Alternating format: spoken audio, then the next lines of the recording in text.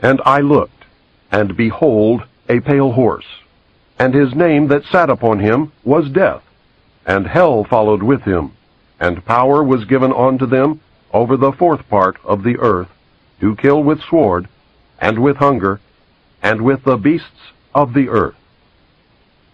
Book of Revelation, chapter 6, verse 8. There have been many related sequential coincidences all throughout my life, incidents that by themselves would have led nowhere. Statistically, the odds against the same are a related sequence of events happening to one individual are astronomically high. It is this series of incidents that have convinced me that God has had a hand in my life. I do not believe in fate. I do not believe in accidents. I cannot and will not accept the theory that long sequences of unrelated accidents determine world events. It is inconceivable that those with power and wealth would not band together with a common bond, a common interest, and a long-range plan to decide and direct the future of the world. For those with the resources to do otherwise would be totally irresponsible. I know that I would be the first to organize a conspiracy to control the outcome of the future if I were such a person and a conspiracy did not yet exist. I would do it in an attempt to ensure the survival of the principles in which I believe, the survival of my family, my survival, and the survival of the human race, if for no other reason. I believe, therefore, that a grand game of chess is being played on a level that we can barely imagine, and we are the pawns. Pawns are valuable only under certain circumstances, and are frequently sacrificed to gain an advantage. Anyone who has studied military strategy is familiar with the concept of sacrifice. Those who have seriously studied history have probably discovered the real reason we go to war on a regularly scheduled basis. My research has shown, at this point, that the future laid out for us may be just about impossible to change. I do not agree with the means by which the powerful few have chosen for us to reach the end. I do not agree that the end is where we should end at all. But unless we can wake the people from their sleep, nothing short of civil war will stop the planned outcome. I base that statement not on defeatism, but on the apathy of the majority of the American people. 25 years ago, I would have believed otherwise, but 25 years ago, I was also sound asleep. We have been taught lies. Reality is not at all what we perceive it to be.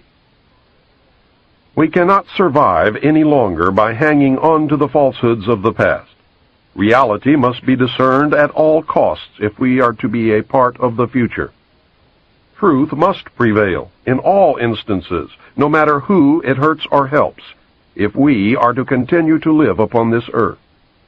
At this point, what we want may no longer matter. It is what we must do to ensure our survival that counts. The old way is in the certain process of destruction, and a new world order is beating down the door.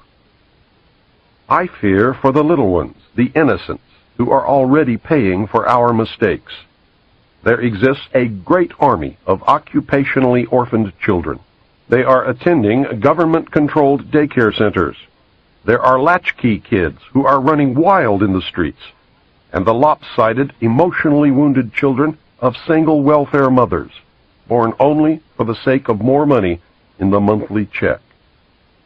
Open your eyes and look at them, for they are the future.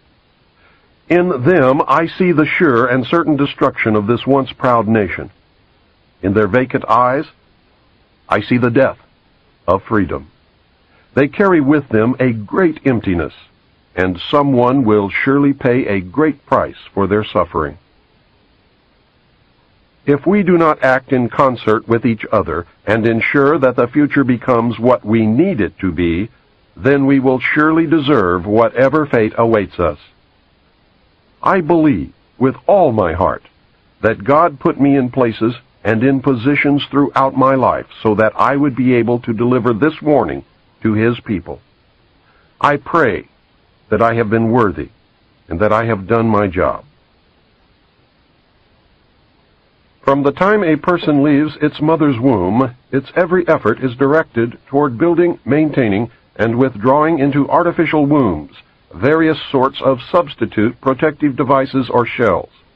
The objective of these artificial wombs is to provide a stable environment for both stable and unstable activity, to provide a shelter for the evolutionary processes of growth and maturity, in effect, survival, to provide security for freedom, and to provide defensive protection for offensive activity.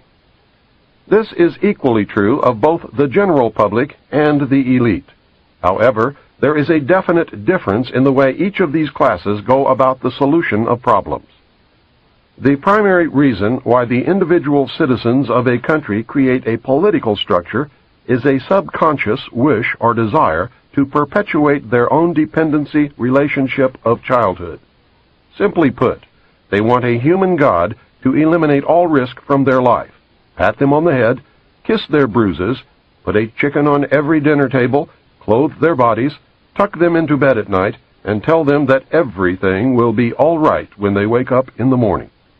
This public demand is incredible, so the human God, the politician, meets incredibility with incredibility by promising the world and delivering nothing.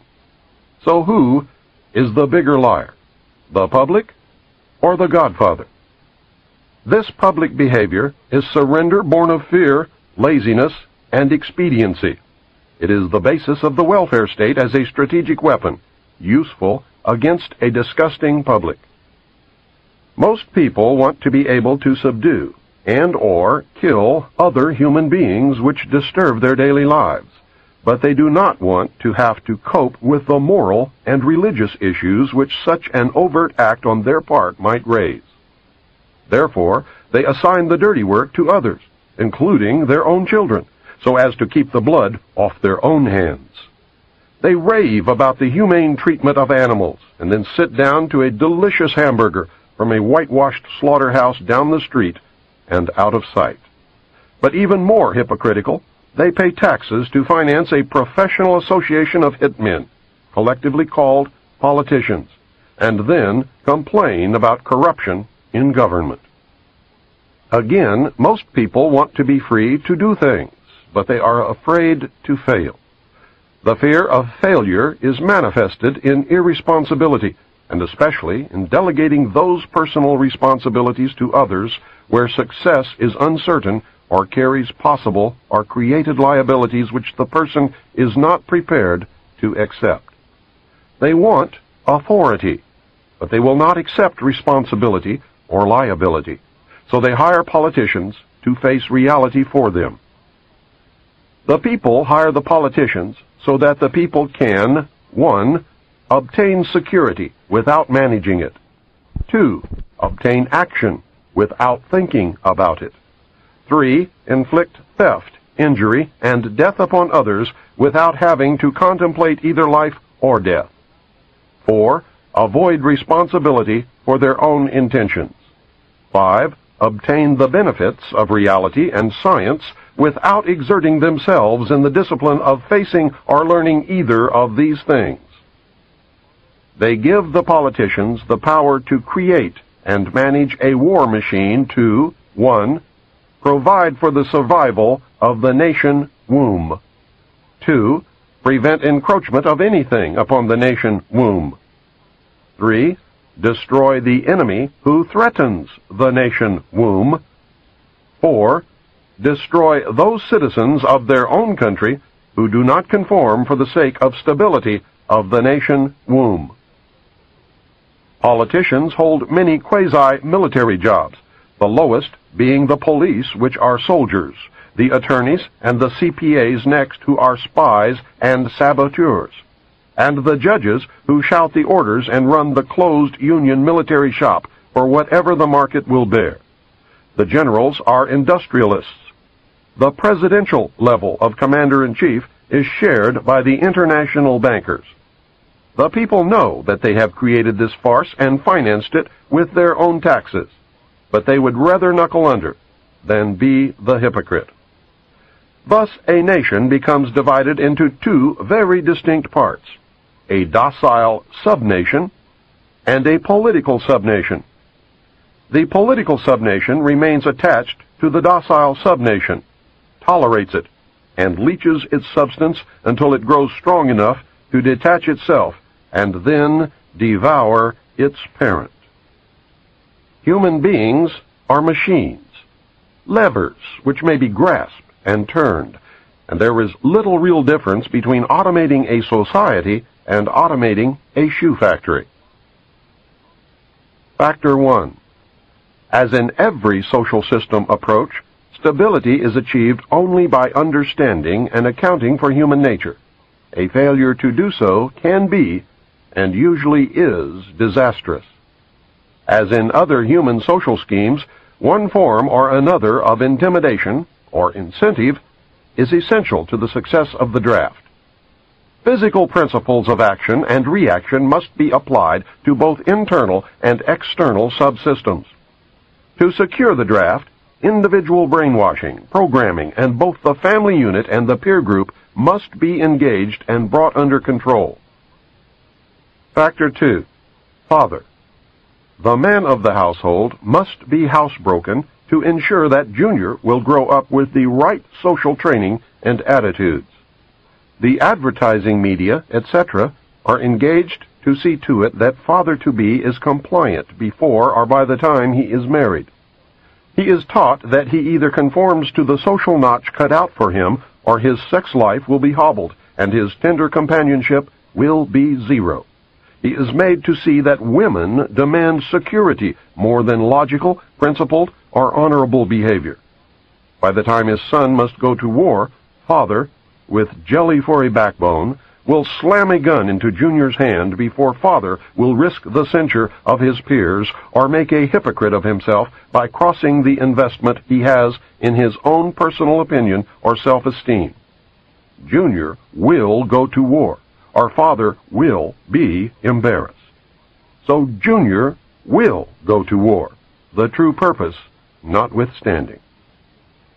Factor 3. Mother. The female element of human society is ruled by emotion first and logic second. In the battle between logic and imagination, imagination always wins. Fantasy prevails. Maternal instinct dominates, so that the child comes first and the future comes second. A woman with a newborn baby is too starry-eyed to see a wealthy man's cannon fodder or a cheap source of slave labor. A woman must, however, be conditioned to accept the transition to reality when it comes, or sooner. As the transition becomes more difficult to manage, the family unit must be carefully disintegrated, and state-controlled public education and state-operated child care centers must become more common and legally enforced so as to begin the detachment of the child from the mother and father at an earlier age. Inoculation of behavioral drugs can speed the transition for the child. Factor 4. Junior. The emotional pressure for self-preservation during the time of war and the self-serving attitude of the common herd that have an option to avoid the battlefield is all of the pressure finally necessary to propel Johnny off to war. Their quiet blackmailings of him are the threats: no sacrifice, no friends, no glory, no girlfriend. Factor 5. Sister. And what about Junior's sister?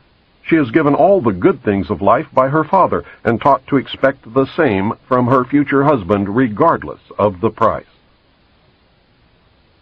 Factor 6. Cattle. Those who will not use their brains are no better off than those who have no brains. And so this mindless school of jellyfish, father, mother, son, and daughter, become useful beasts of burden or trainers of the same. So now you know. You can see every step that the elite have taken in their war to control this once great nation. You can see the steps that will be taken in the future. You can no longer pretend innocence. Your denial of the conspiracy will fall on deaf ears. This tape is part of the education that will give Americans the weapons needed in the coming months and years of hardship as the New World Order struggles to be born. Truths cannot be negated or shrugged away. The message is this: you must accept that you have been cattle, and the ultimate consequence of being cattle, which is slavery, or you must prepare to fight, and if necessary die to preserve your God-given right to freedom. History is replete with whispers of secret societies, accounts of elders or priests who guarded the forbidden knowledge of ancient peoples. Prominent men, meeting in secret, who directed the course of civilization, are recorded in the writings of all people.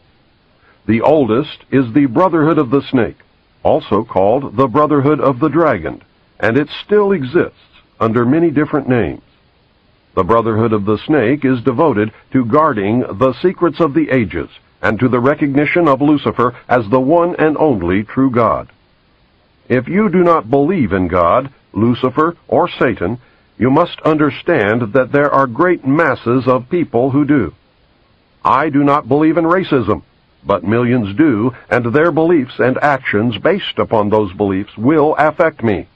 It is clear that religion has always played a significant role in the course of these organizations.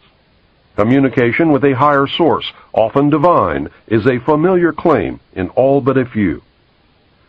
The secrets of these groups are thought to be so profound that only a chosen, well-educated few are able to understand and use them. These men use their special knowledge for the benefit of all mankind. At least, that is what they claim. But how are we to know, since their knowledge and actions have been secret? Fortunately, some of it has become public knowledge. Secret societies mirror many facets of ordinary life. There is always an exclusivity of membership, with the resultant importance attached to being or becoming a member. This is found in all human endeavors, even those which are not secret, such as football teams or country clubs. This exclusivity of membership is actually one of the secret society's most powerful weapons. There is the use of signs, passwords, and other tools. These have always performed valuable functions in man's organizations everywhere. The stated reason, almost always different from the real reason for the society's existence, is important. It can be anything, but is usually fraternal and is found in all pressure groups wherever people congregate. The most potent tool of any secret society is the ritual and myth surrounding initiation. These special binding ceremonies have very deep meaning for the participants. Initiation performs several functions which make up the heart and soul of any true secret society. Like boot camp, the initiation into the armed forces, important aspects of human thought that are universally compelling are merged to train and maintain the efforts of a group of people to operate in a certain direction. Initiation bonds the members together in mysticism. Neophytes gain knowledge of a secret, giving them special status. The ancient meaning of neophyte is planted anew or reborn. A higher initiation is, in reality, a promotion inspiring loyalty and the desire to move up to the next rung. The goals of the society are reinforced, causing the initiated to act toward those goals in everyday life. That brings about a change in the political and social action of the member. The change is always in the best interest of the goals of the leaders of the secret society. The leaders are called adepts. This can best be illustrated by the soldier trained to follow orders without thinking. The result is often the wounding or death of the soldier for the realization of the commander's goal, which may or may not be good for the overall community. Initiation is a means of rewarding ambitious men who can be trusted.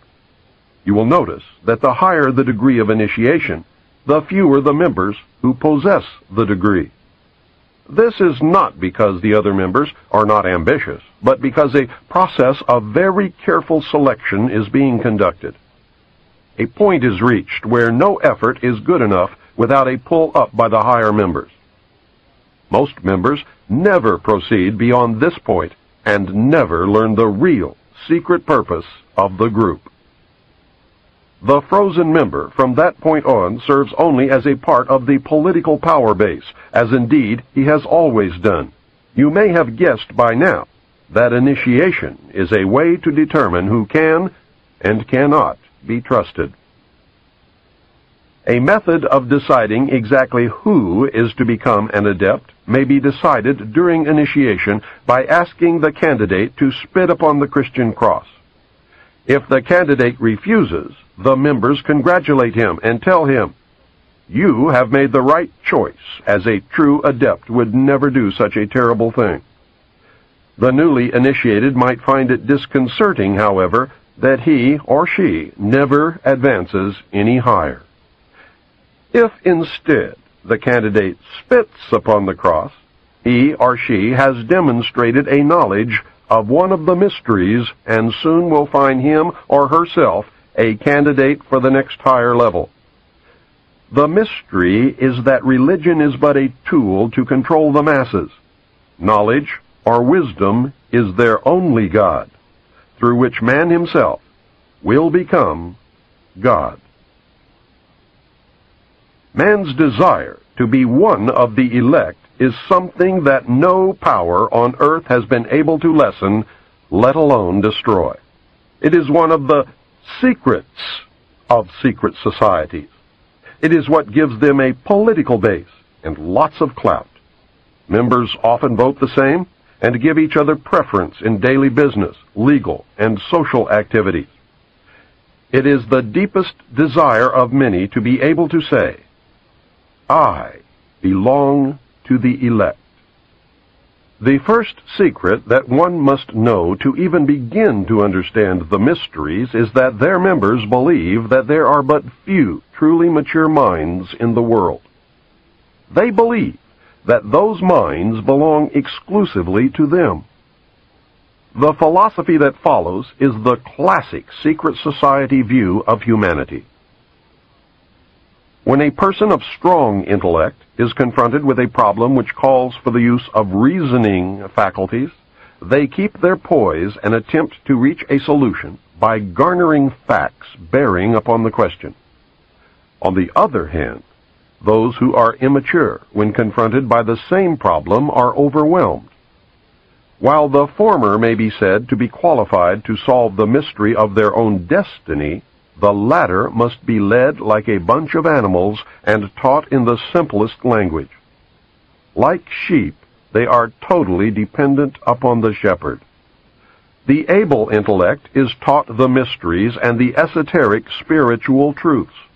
The masses are taught the literal, exoteric interpretations. While the masses worship the five senses, the select few observe, recognizing in the gulf between them the symbolic concretions of great abstract truths. The elect are given knowledge of the mysteries and are illumined, and are thus known as the Illuminati, or the illuminated ones, the guardians of the secrets of the ages. Three early secret societies that can be directly connected to a modern descendant are the cults of Roshaniya, Mithras, and their counterpart, the Builders. They have many things in common with the Freemasons of today, as well as with many other branches of the Illuminati.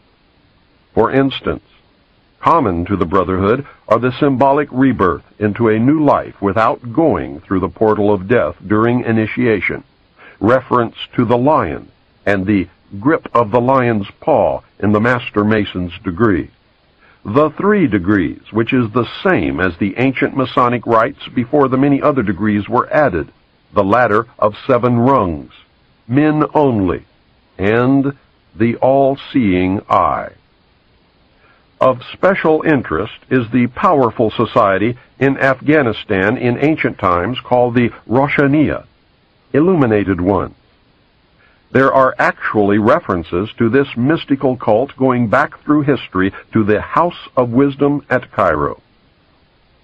The major tenets of this cult were the abolition of private property, the elimination of religion, the elimination of nation-states, the belief that illumination emanated from the Supreme Being who desired a class of perfect men and women to carry out the organization and direction of the world. Belief in a plan to reshape the social system of the world by first taking control of individual countries one by one, and the belief that after reaching the 4th degree, one could communicate directly with the unknown supervisors who had imparted knowledge to initiates throughout the ages. Wise men will again recognize the Brotherhood. Can you hear the echo of the Nazi Party, the Communist Party, the extreme right and the extreme left? The important fact to remember is that the leaders of both the right and the left are a small hard core of men who have been and still are Illuminists or members of the Brotherhood. They may have been or may be members of the Christian or Jewish religions, but that is only to further their own ends. They are and always have been Luciferian and internationalist. They give allegiance to no particular nation, although they have used, on occasion, nationalism to further their causes.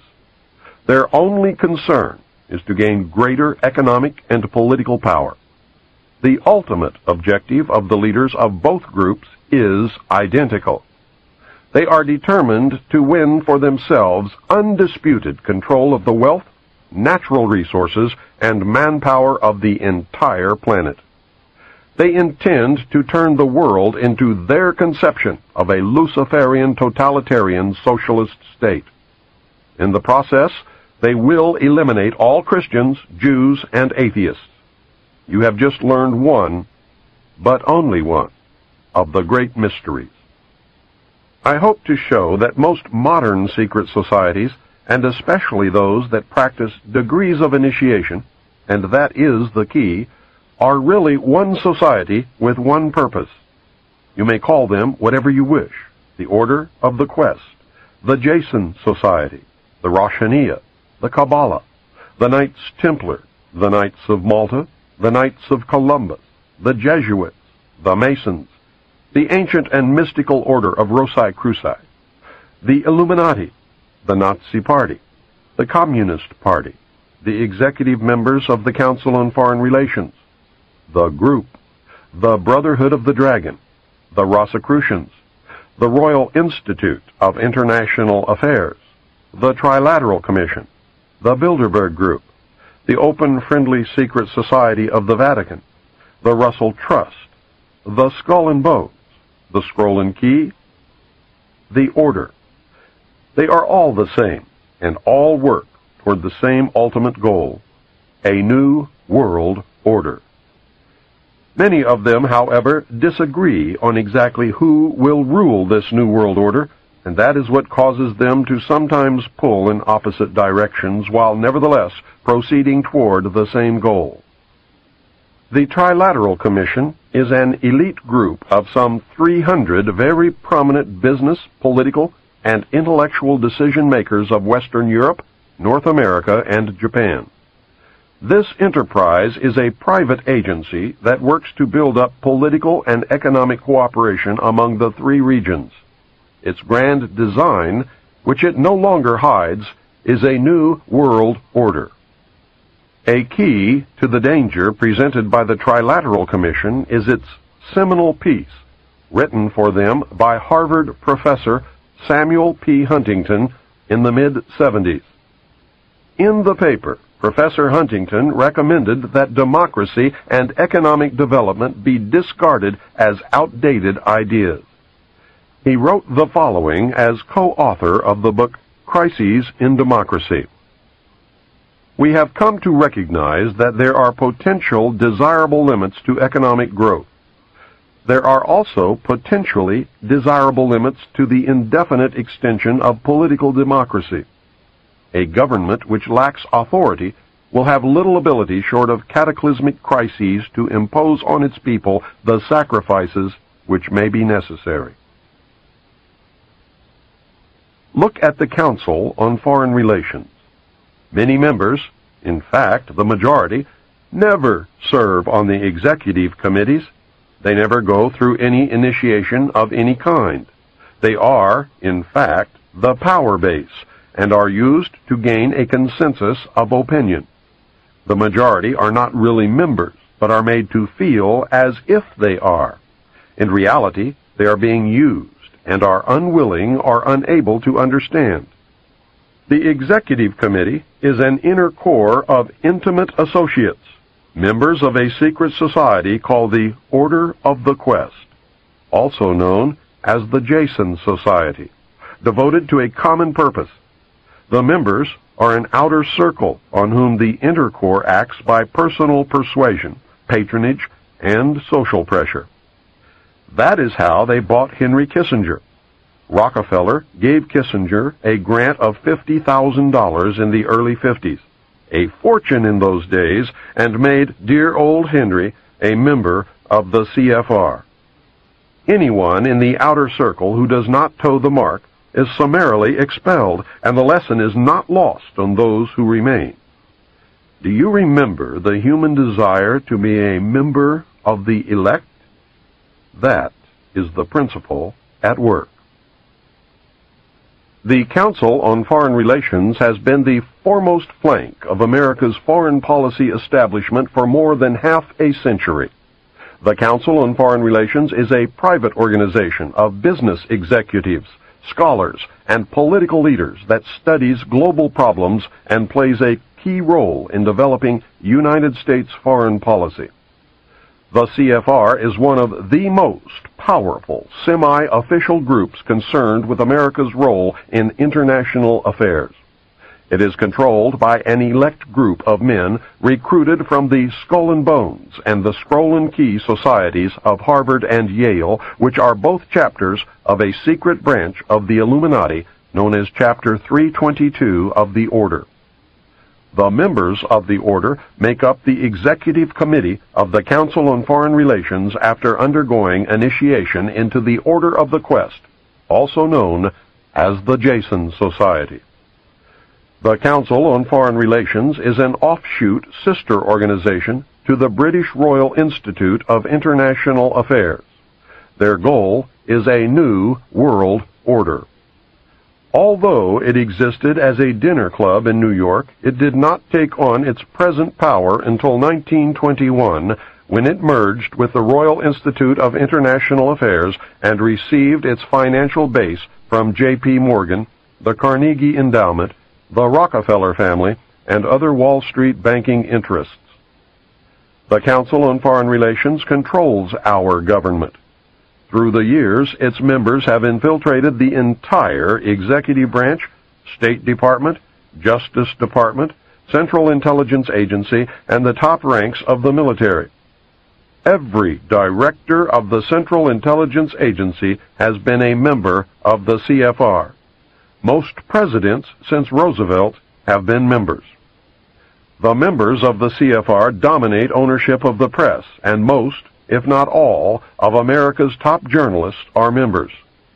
The CFR does not conform to government policy. The government conforms to CFR policy.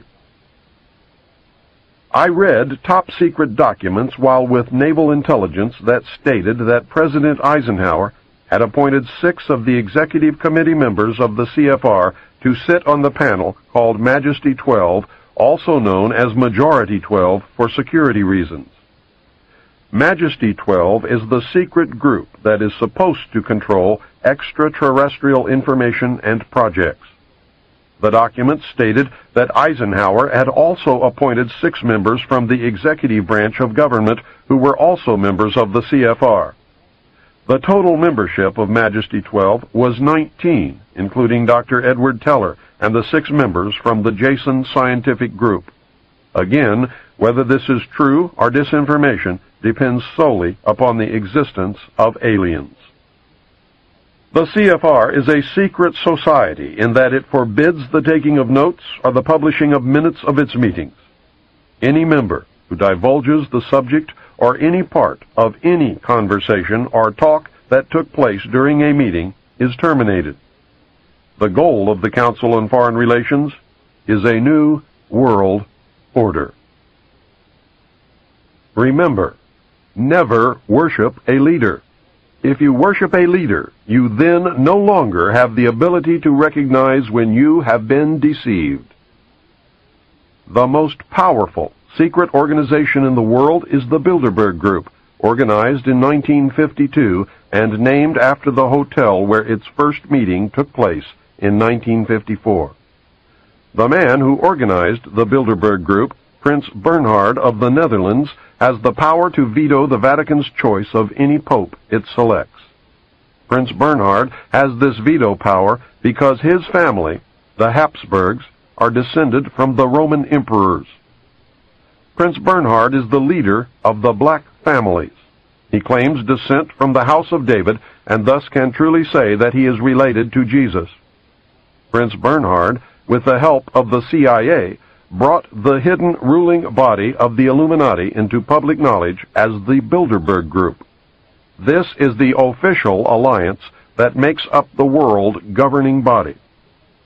The core of the organization is 3 committees made up of 13 members each. Thus, the heart of the Bilderberg Group consists of 39 total members of the Illuminati. The 3 committees are made up exclusively of members of all the different secret groups that make up the Illuminati, the Freemasons, the Vatican, and the black nobility. This committee works year-round in offices in Switzerland.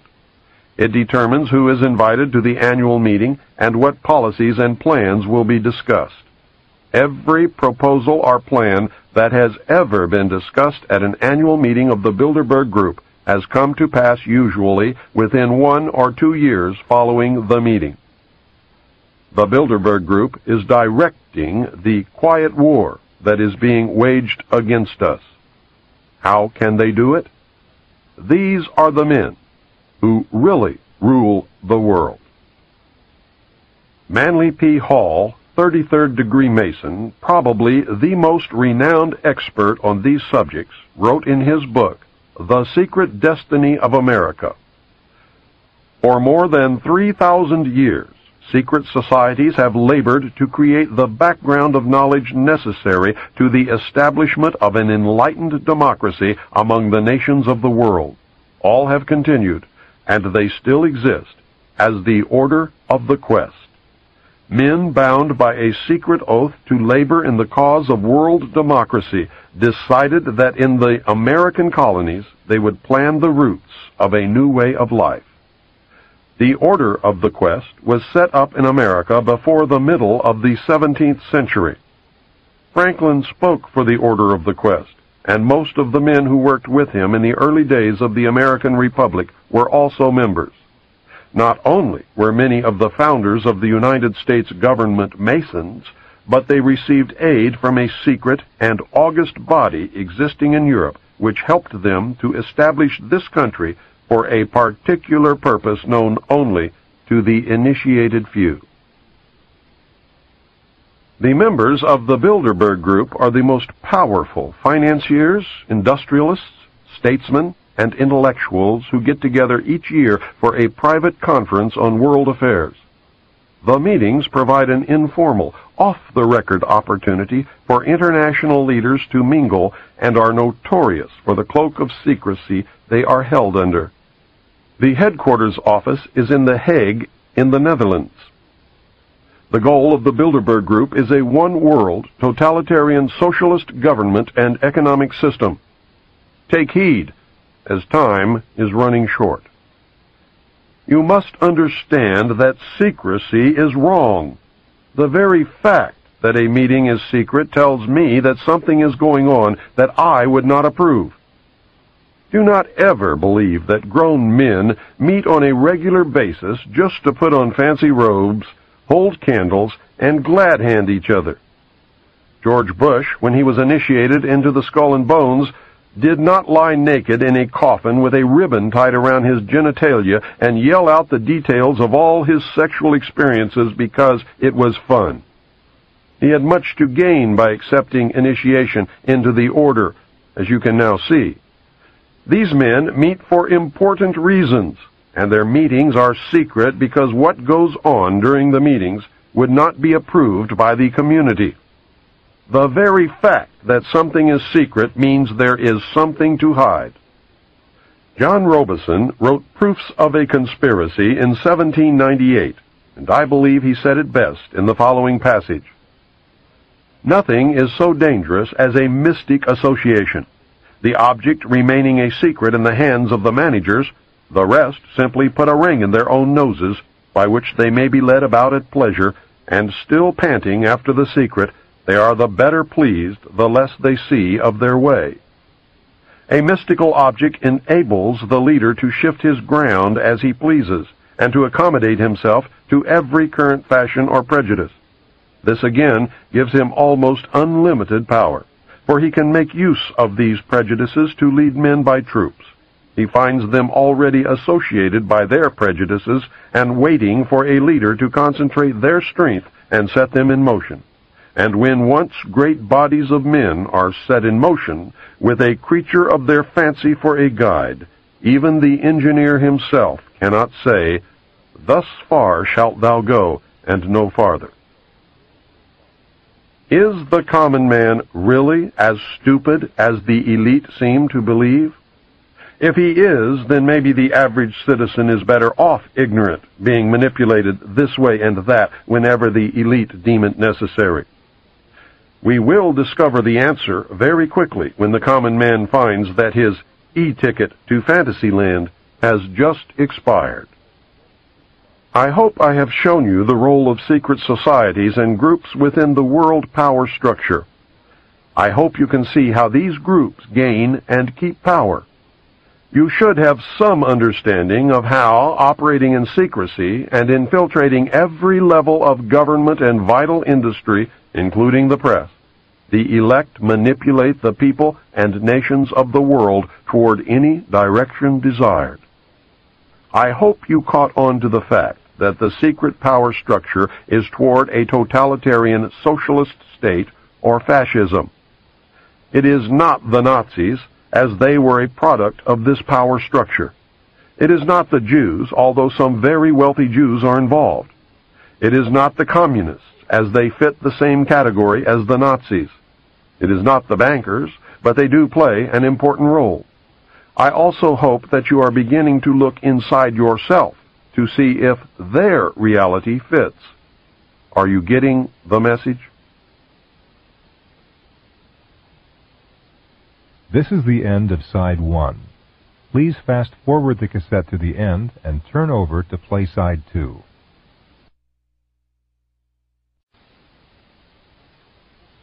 When our forefathers wrote the Constitution of these United States, they provided safeguards against despotism by providing a balance of power. The Constitution was set up to provide clear divisions of legislative, judicial, and executive powers. It was believed that this system would ensure that if one branch got out of hand, the other two would act to keep the one in check. This balance of power was predicated upon the assumption that none of the three branches could or would infringe upon the power of the others. The Constitution is clear on the functions of each of the branches. The legislative will make the laws. The judicial will interpret the law. The executive will decide policy and enforce the law. This, of course, is the simplest of explanations, but this is not a textbook on government. My intent is to acquaint you with simple basics of the balance of power so that you can then understand how it has been subverted. The legislature, made up of Congress in the form of the House and Senate, is required to publish the laws that are made, and this is done in the Congressional Record and the Federal Register. Pending or passed legislation can be obtained by citizens through their congressmen or from the government printing office. Citizens cannot be held responsible for the law if it is not made available to them. It is paradoxical that the government body most representative of the American citizen is the one that has been the most easily subverted. Through political action committees, payoffs, pork barrel politics, professional politicians, congressmen who are members of secret societies, and through greed and fear, our representatives and senators quit representing us long ago. Congress has tremendous powers, but fails in most cases to exercise even a token amount. How is it that our legislature has allowed and at times encouraged the executive branch to write law? You probably did not know that the President and others in the executive branch of the government can and do write law. This is done in the form of presidential executive orders, National Security Council memos, National Security Decision directives, and National Security directives. NSC memos were broad policy papers in the days after passage of the National Security Act. NSC memos became narrower and more specific over the years, and the name has varied. Under Kennedy, they were called National Security Action Memorandums. President Bush changed the name to National Security Directives. There is a tremendous difference between presidential executive orders, NSC memos, and National Security Decision directives. Presidential executive orders are listed in the Federal Register, or presidential findings which are made known to the House and Senate Intelligence Committees. The most important difference between the presidential executive orders and all of the others, no matter what they are called, is that the others do not have to be reported, reviewed, made available to anyone, or even acknowledged that they exist. There is no oversight whatsoever that could maintain a check on the legality of these national security directives. The President and others within the executive branch have used these super-secret directives to skirt the balance of power and write law without anyone's knowledge. Justification of the President's power to write law through executive orders stems from the failure of the government to rescind the declaration of martial law during the Civil War. In effect, the United States has been under martial law ever since Lincoln's administration. These NSDs are powerful, hidden, and dangerous tools. They were prolific during the Reagan administration. Over 300 were written, with no more than 50 ever leaking out to undergo public scrutiny. Yet, most Americans have never heard of these subversive weapons. They are being used to destroy our Constitution. I believe that everyone should know about this corruption of government. Congress has turned a blind eye to these abuses of executive power. At 3:30 a.m. Saturday, August 4th, 1990, the Senate made it even easier for the executive branch to subvert the Constitution and may have made George Bush the first American king. At that time, on that day, a minority of United States senators, maybe 10 at the most, passed Senate Intelligence Authorization Act for fiscal year 1991. The bill was fraudulently introduced as a reform to prevent future incidents of the abuses brought to light during the Iran-Contra scandal. Instead of preventing future abuses, however, it virtually authorizes essentially every abuse. The bill was carefully brought to a vote by Senator Sam Nunn in the dead of night when the opposition was gone. It effectively transfers most authority over the United States government directly into the hands of the President and thus directly into the hands of the secret government. The President was given the power to initiate war, appropriate public funds, define foreign policy goals, and decide what is important to our national security. In Oversight of Intelligence Activities, Title VII, Senate Bill 2834 authorizes the following. Gives the President power to initiate covert actions. This has never before been given to the President. Prevents Congress from stopping the President's initiation of covert actions. Allows the President to use any federal departments, agencies, or entities to operate or finance a covert operation. Empowers the President to use any other nation or private contractor or person to fund or operate a covert action. Redefines covert actions as operations necessary to support foreign policy objectives of the United States, a definition that is so vague and broad as to be essentially unlimited. For the first time officially claims the right of the United States to secretly interfere in the internal, political, economic, or military affairs of other countries in direct and flagrant violation of international law. Requires that the President prepare and deliver a written finding to the intelligence committees of the Congress, but allows the President to omit extremely sensitive matters and authorizes the President to claim executive privilege if Congress asks too many questions. There are no penalties in the bill for violating any of its provisions, including the provision requiring a finding. Why should there be? This bill has literally handed the power of all the branches of government to the President on a silver platter. The bill effectively prevents any oversight by anyone and allows the executive branch to skirt the law and to escape accountability. This will be done using national security directives. Either National Security Decision Directive 138 or a subsequent NSD directive on terrorism authorized the training of 3 Lebanese units for preemptive strikes. When problems arose, Director of Central Intelligence William Casey took that operation off the books and enlisted Saudi Arabian help in an attempt to assassinate the head of Hezbollah.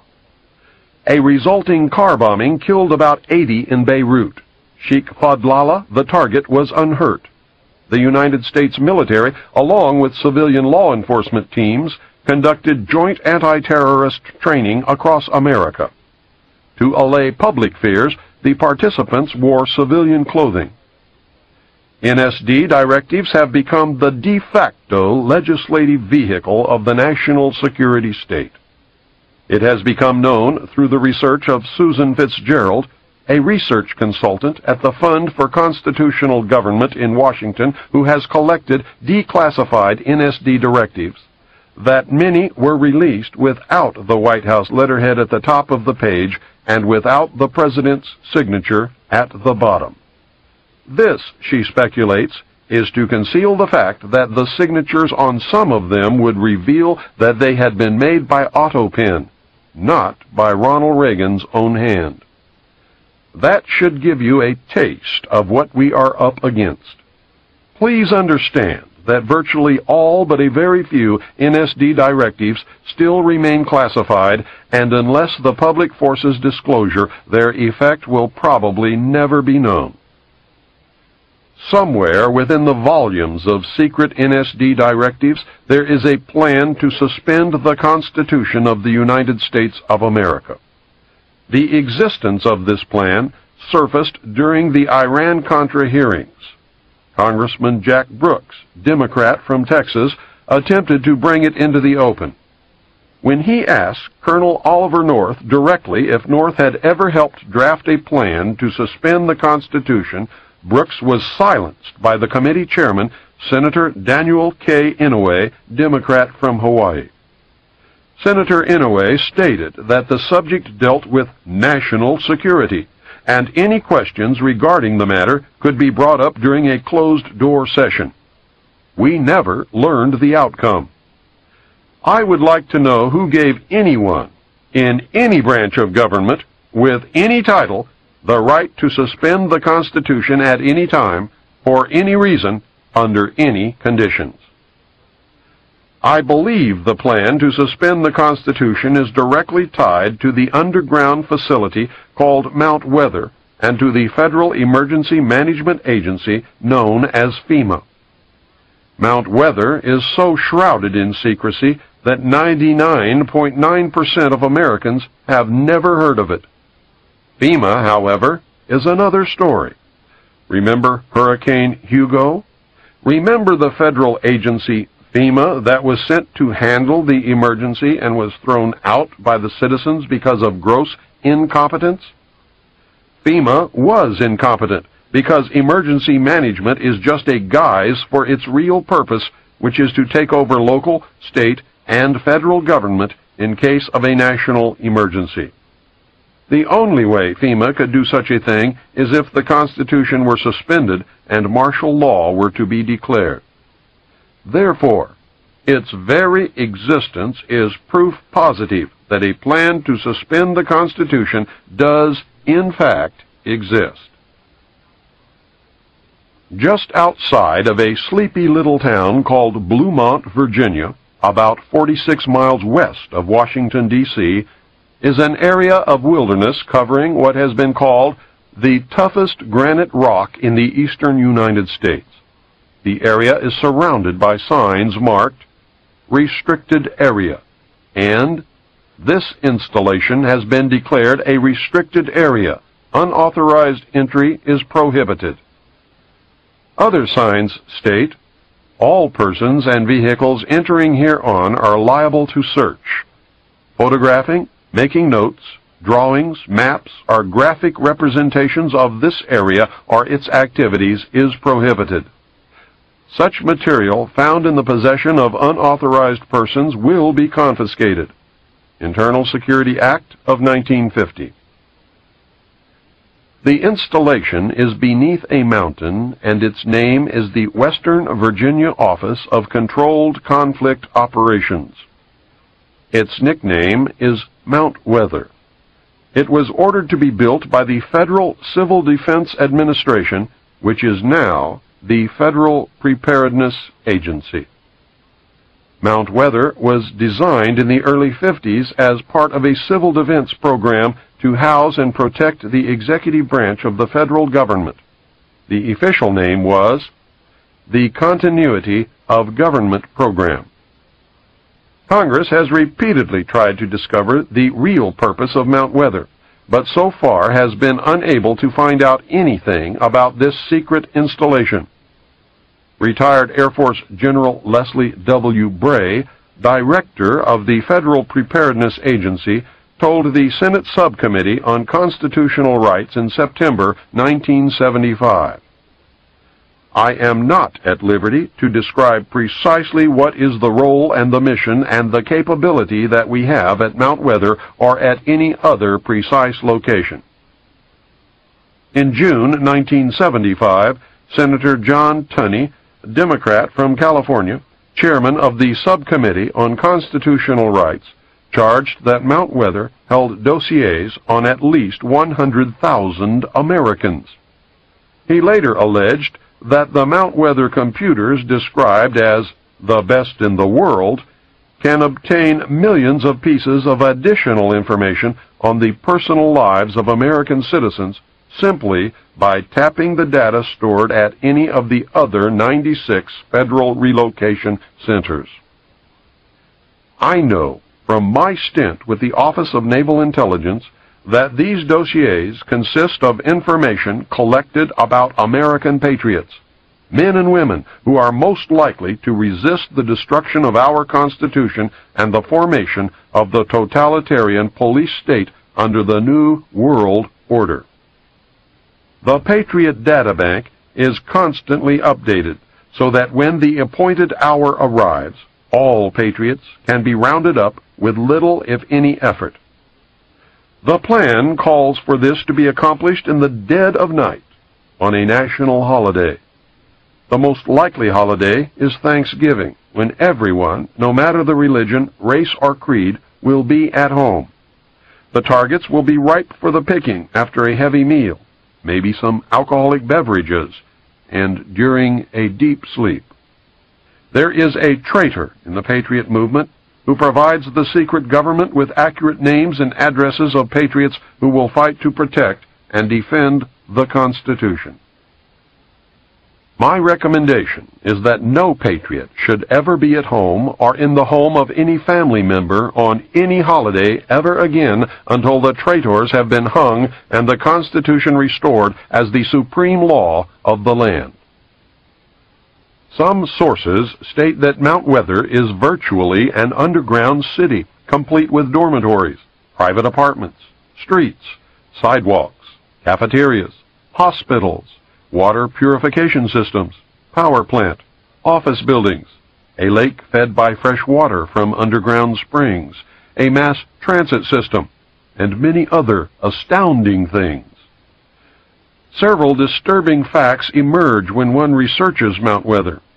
One is the conclusion that a complete parallel government exists at the site.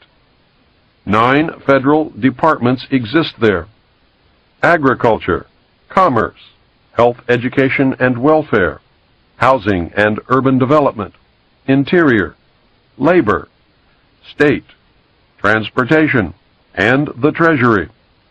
Apparently, at least 5 federal agencies are also in residence: Federal Communications Commission, Selective Service, Federal Power Commission, the Civil Service Commission, and the Veterans Administration. 2 privately owned corporations have offices at Mount Weather: the Federal Reserve and the United States Post Office. There is also an office of the Presidency. What makes all this upsetting is that there is a president and a complete set of cabinet officers in residence at Mount Weather. Who are they, and who appointed them? Where is such a thing provided for in the Constitution of the United States of America?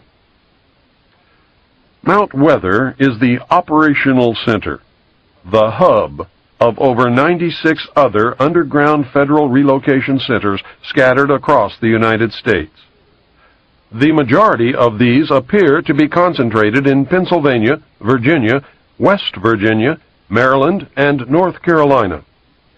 Each of these facilities contains computer databanks holding information, not on enemy agents, Soviet diplomats, or suspected terrorists, but on American citizens, patriots. A list of other files kept at the facilities was furnished to the Subcommittee on Constitutional Rights in 1975. The list included military installations, government facilities, communications, transportation, energy and power, agriculture, manufacturing, wholesale and retail services, manpower, financial, medical and educational institutions, sanitary facilities, population, housing, shelter, and stockpiles. The committee concluded that these databases operate with few, if any, safeguards or guidelines. Senator James Borzek, Democrat from South Dakota, a member of the subcommittee, said, "I feel the entire operation has eluded the supervision of either Congress or the courts." Chairman Tunney said, "Mount Weather is out of control." Nothing was done by Congress to rectify the situation, however, and Mount Weather remains out of control. Former high-level officials from Mount Weather agree that the base at Mount Weather is much more than any standby government facility or storage center for the preservation of records. They describe it as an actual government in waiting. We do not merely store essential information. The facility attempts to duplicate the vital functions of the executive branch of the administration. As stated previously, according to my research, this includes a president and all cabinet members actually in residence. Protocol even demands that subordinates address them as Mr. President or Mr. Secretary. Most of these mysterious appointees have held their positions through several administrations. "We just act on the orders of the President in national emergencies," said one former Mount Weather official. The Federal Preparedness Administration, known as FPA, in its 1974 annual report stated that studies conducted at Mount Weather involve the control and management of domestic political unrest where there are material shortages such as food riots, or in strike situations where the FPA determines that there are industrial disruptions and other domestic resource crises. The report states that the bureaucracy at Mount Weather invokes what it calls civil crises management. Officials who were at Mount Weather and who have furnished us with data say that during the 1960s, the complex was actually prepared to assume certain governmental powers at the time of the 1961 Cuban Missile Crisis and the assassination of President Kennedy in 1963. The source said that the installation used the tools of its Civil Crises Management program on a standby basis during the 1967 and 1968 urban riots and during a number of national anti-war demonstrations against the administration by the American people. Daniel J. Cronin, who was the assistant director for the FPA, outlined a massive surveillance and manipulation program that is directed against the American population on a continuing basis. The FPA has organized an impressive armament of resources and equipment. Mr. Cronin described in an interview his agency's attitude toward its wide-ranging surveillance program. "We try to monitor situations," he said, "and get to them before they become emergencies. No expenses spared in the monitoring program." He cited reconnaissance satellites, local and state police intelligence reports, and law enforcement agencies of the federal government as examples of the resources available to the FPA for information gathering. The only document that I was able to find that attempts to outline some of the statutory authority of Mount Weather is Executive Order 11490. It was drafted by General George A. Lincoln, former director for the Office of Emergency Preparedness, which preceded the FPA, and was signed into law by President Nixon in October of 1969. Executive Order 11490 superseded Executive Order 11051, signed on October 2, 1962, by President Kennedy. Kennedy's order used the language, "Whereas national preparedness must be achieved, as may be required to deal with increases in international tension with limited war or with general war, including attack upon the United States." Nixon's order began, "Whereas our national security is dependent upon our ability to assure continuity of government at every level in any national emergency-type situation that might conceivably confront the nation." Nixon has deleted any reference to war, imminent attack, and general war from the order and replaced them with the phrase, "during any emergency that might conceivably occur." Nixon's order, which is the one in effect today, allows the government, in the form of FEMA, to suspend the Constitution for literally any reason they decide to call a national emergency.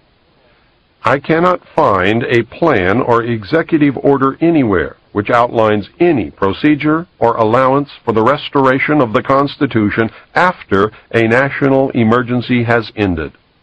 This leads to the obvious conclusion that no restoration of the Constitution is contemplated or desired by those in power.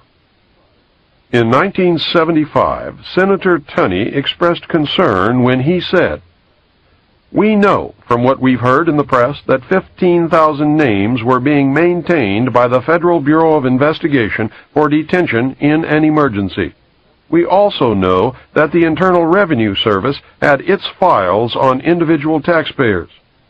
We know that the CIA had their Operation Chaos, and that the National Security Agency has the records of conversations that have been intercepted electronically.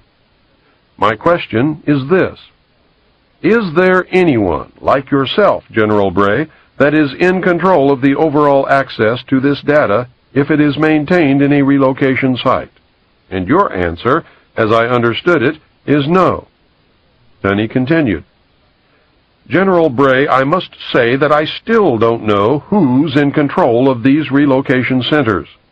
You say you don't have that knowledge, and still we don't know from the 3 witnesses that we had here today that they had information as to who has control of those centers. I am not at liberty, Bray answered, to describe precisely what is the role and the mission and the capability that we have at Mount Weather or at any other precise location. I firmly believe that our continuity of government program has not provided continuity at all, but has been the instrument for discontinuing open and democratic government, and that the very program designed to protect Americans has actually been turned against us. There's a guy by the name of Buster Horton. He's a member of FEMA, and he's a member of the interdepartmental unit which is empowered in the event of a national security emergency to become the unelected national government, a sort of FEMA secret government, so to speak. A pretext for invoking those emergency measures can be found almost daily in the newspapers. It can be anything from the suspension of debt payments by the high bureaus of American countries to mass runs on United States commercial banks. And that's an issue, by the way, that was being handled personally by the National Security Council and Brent Scowcroft. To food shortages, to the drug war. The whole bit, anything, any disaster emergency declared at all, even including the oil spill from the Exxon tanker in Alaska. If the President had declared a national emergency, that could have triggered it. Any instability in the Middle East. Anything, in fact. And they've already tested their capabilities in April 1984 with Rex 84A, and that was designed to test the readiness of the United States civilian and military agencies to respond to serious national security crises. Now, the executive order that will implement this, the Executive Order 11051, details responsibilities to the Office of Emergency Planning, or FEMA. It gives authorization to put all executive orders into effect in times of national emergency declared by the President, increased international tension, or economical or financial crises. Note that it covers domestic crises but does not even mention war or nuclear attack. Now, the only thing that has to happen for FEMA to be able to implement all the executive orders, emergency executive orders, is for the President to declare a national emergency of any type, as long as it's a national emergency. Executive Order 10995 provides for the takeover of the communications media.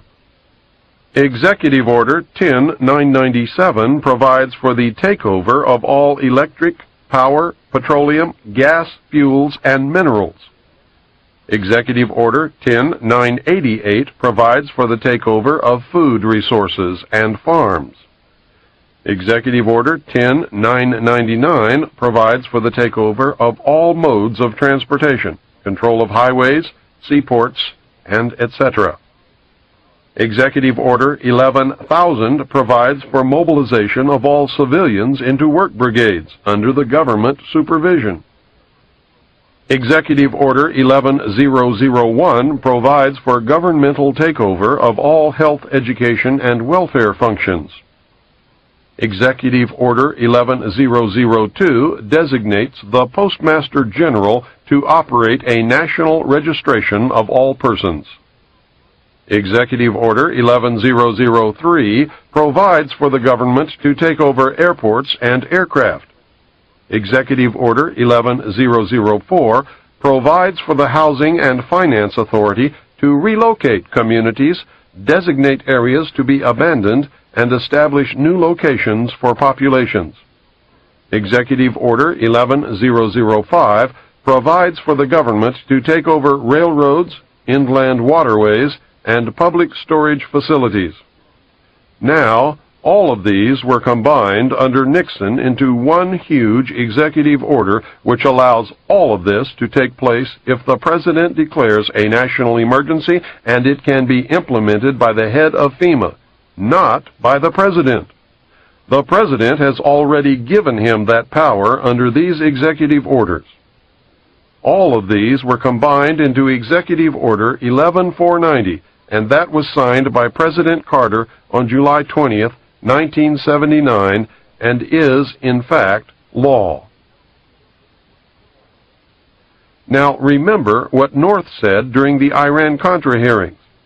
He said that they were prepared to suspend the Constitution of the United States, and he said if it hadn't been for their getting caught that this would have happened. And all that did was delay it. This is what is still going to happen.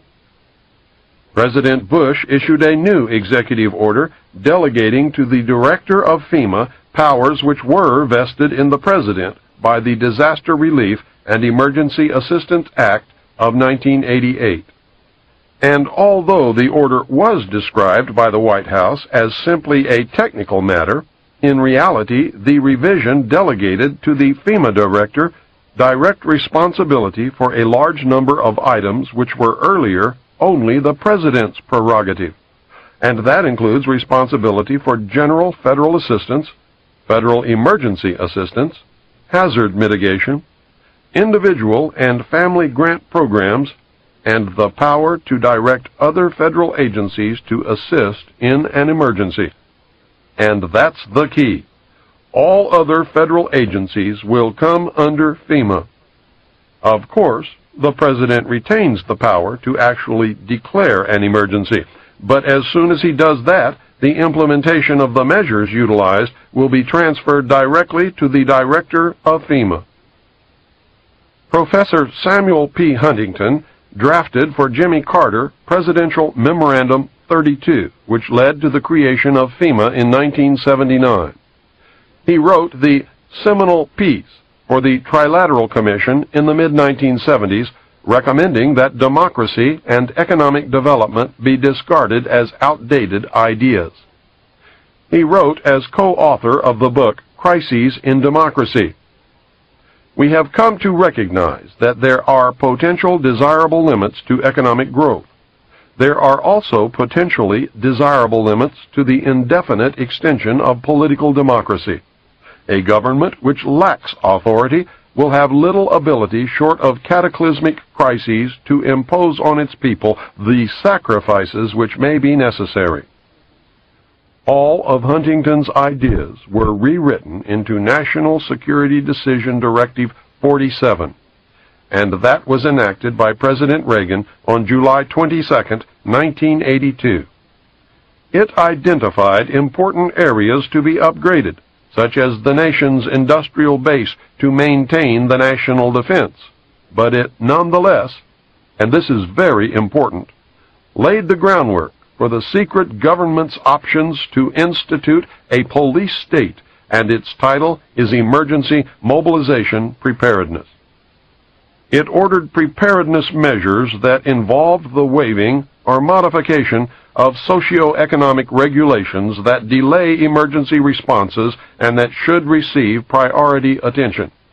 It also specified that preparedness measures that are or may be impeded by legal constraints be identified in the priority task that lays the groundwork for the suspension of the Constitution.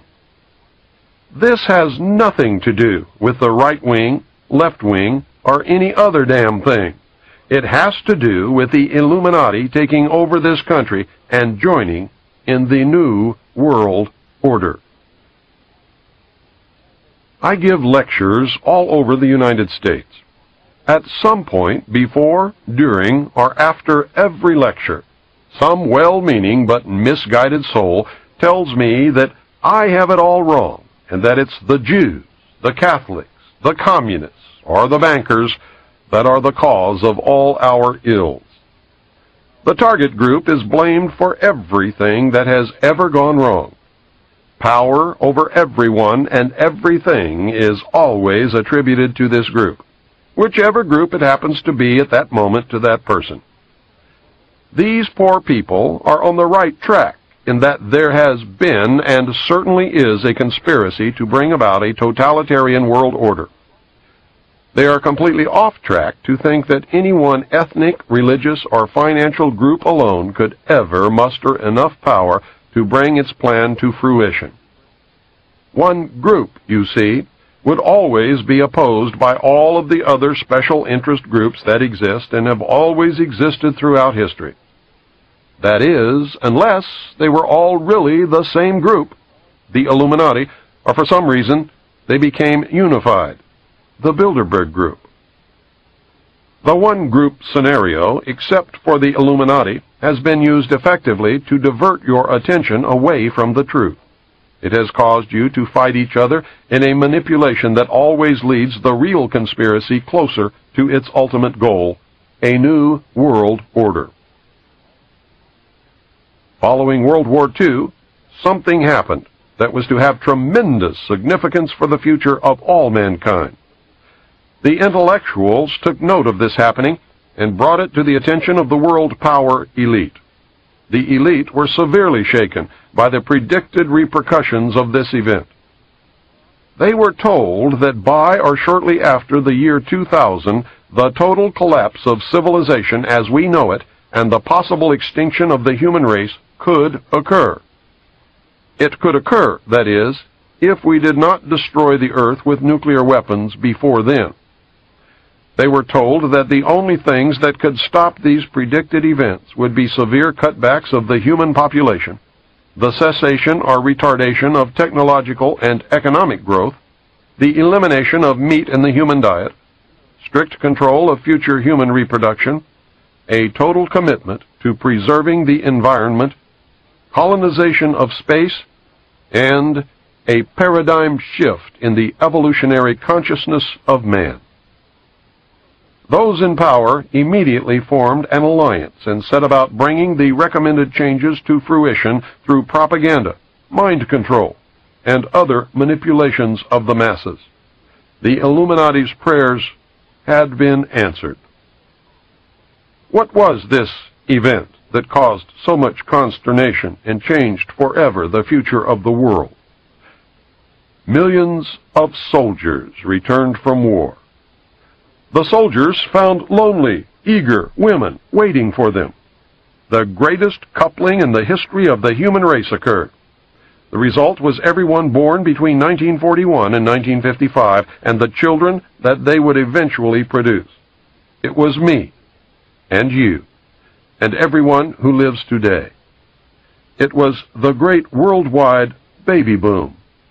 It was the culmination of all men's efforts to survive through history. It was modern medicine, better diets, heat in winter, pure running water, and proper disposal of sewage. It was the point in history when the birth rate so exceeded the death rate that the world's population doubled between 1957 and 1990. It was the most wonderful time in the history of the world, but it was also the worst. It signaled the end of man's most precious achievement.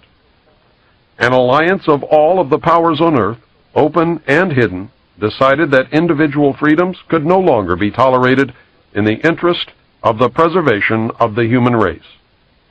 They believed the common man could not be trusted. What had been the unfulfilled dream of many individual groups became reality by the concentration of power in the alliance known as the Bilderberg Group. What had been impossible before was now promised. The new world order that so many had envisioned was now a certainty. The first study was made during World War II to determine the impact of the returning soldiers upon the economy. The results mobilized the ruling elite. A second secret study was conducted in 1957 by scientists meeting in Huntsville, Alabama. It confirmed the results of the first. The conclusion was that civilization as we know it would collapse shortly after the year 2000 unless the population was seriously curtailed. Studies were done to determine a method to arrest the population explosion before the point of no return would be reached. It was determined that an immediate attack on the problem would involve 2 points of intervention. The first was to lower the birth rate, and the second was to increase the death rate. To lower the birth rate, several programs were put into motion. The first was the development of positive birth control methods using diaphragms and condoms, foam and birth control pills, and sterilization, abortion, and hysterectomy procedures. These were developed and implemented. The women's liberation movement was started with the demand for free abortions, using pro-choice as its rallying cry. Homosexuality was encouraged, and gay liberation was born. Homosexuals do not have children. Zero population growth became a hot subject at cocktail parties. Individual freedom, the heat of the moment, religion, and the old blue laws sabotaged these efforts, and while zero population growth became a reality in some areas, population increased rapidly in others. This is the end of Side 2. Please go on to the second tape to play Side 3.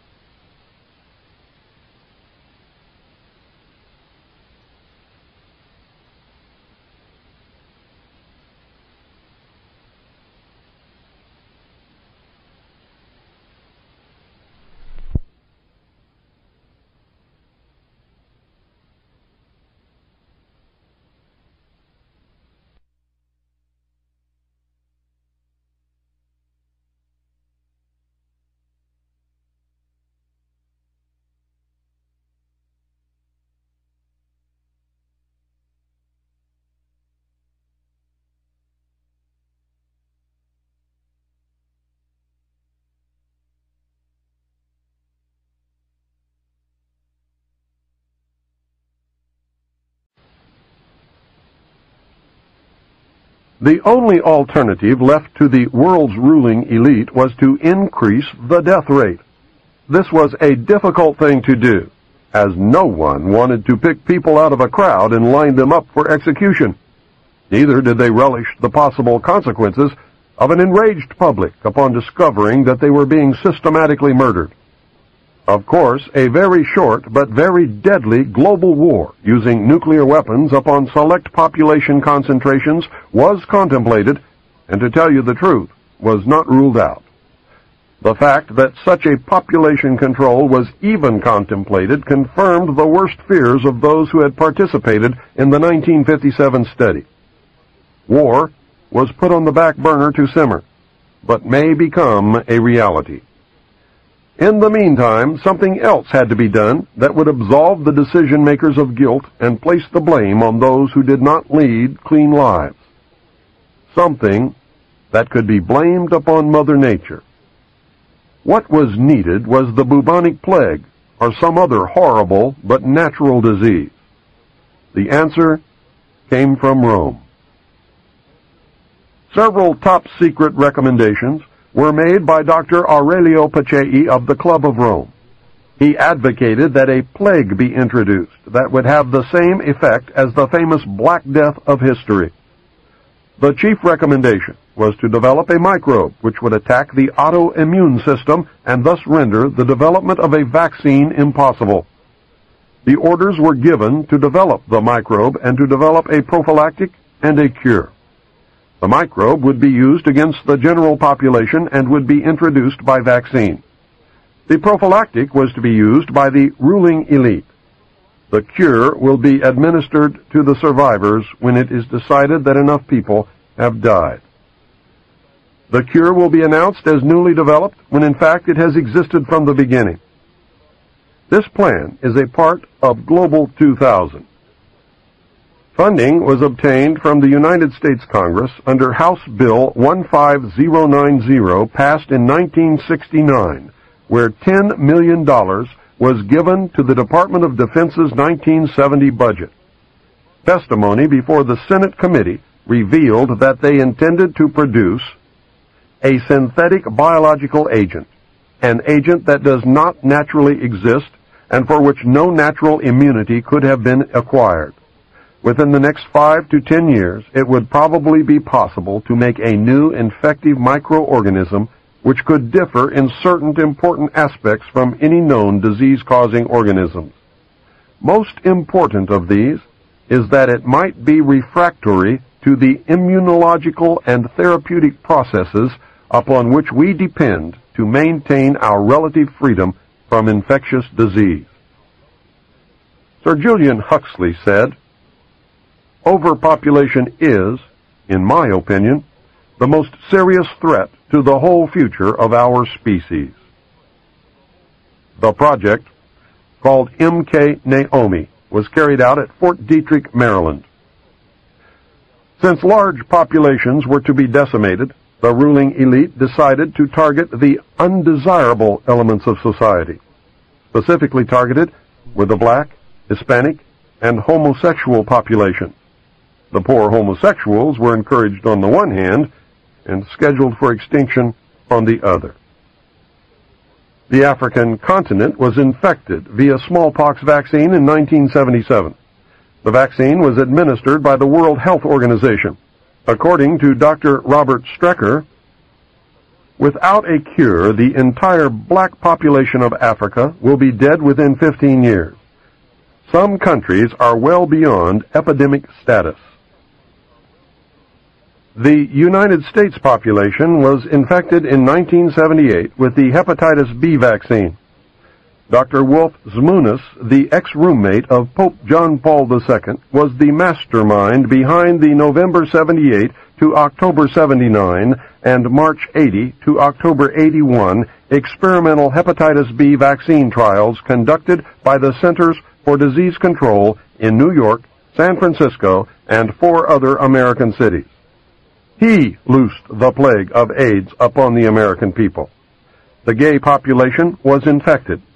The ads for participants specifically ask for promiscuous homosexual male volunteers. Whatever causes AIDS was in the vaccine. The vaccine was manufactured and bottled in Phoenix, Arizona. Many other population controls have been promulgated. The reduction of the world's population to workable levels has been virtually assured. It is only a matter of time. The problem will be to curtail further human reproduction beyond approved levels. To handle that problem, the New World Order will adopt a communist Chinese model of population control.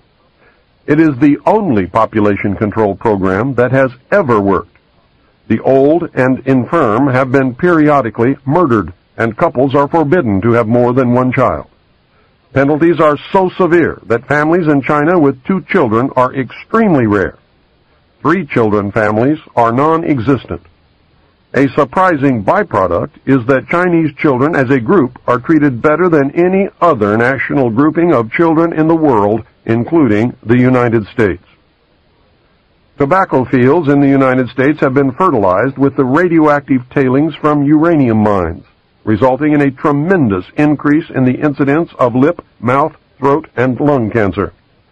If you do not believe it, just look at the incidence of lung cancer per capita before 1950 and compare it to the lung cancer per capita at the present time.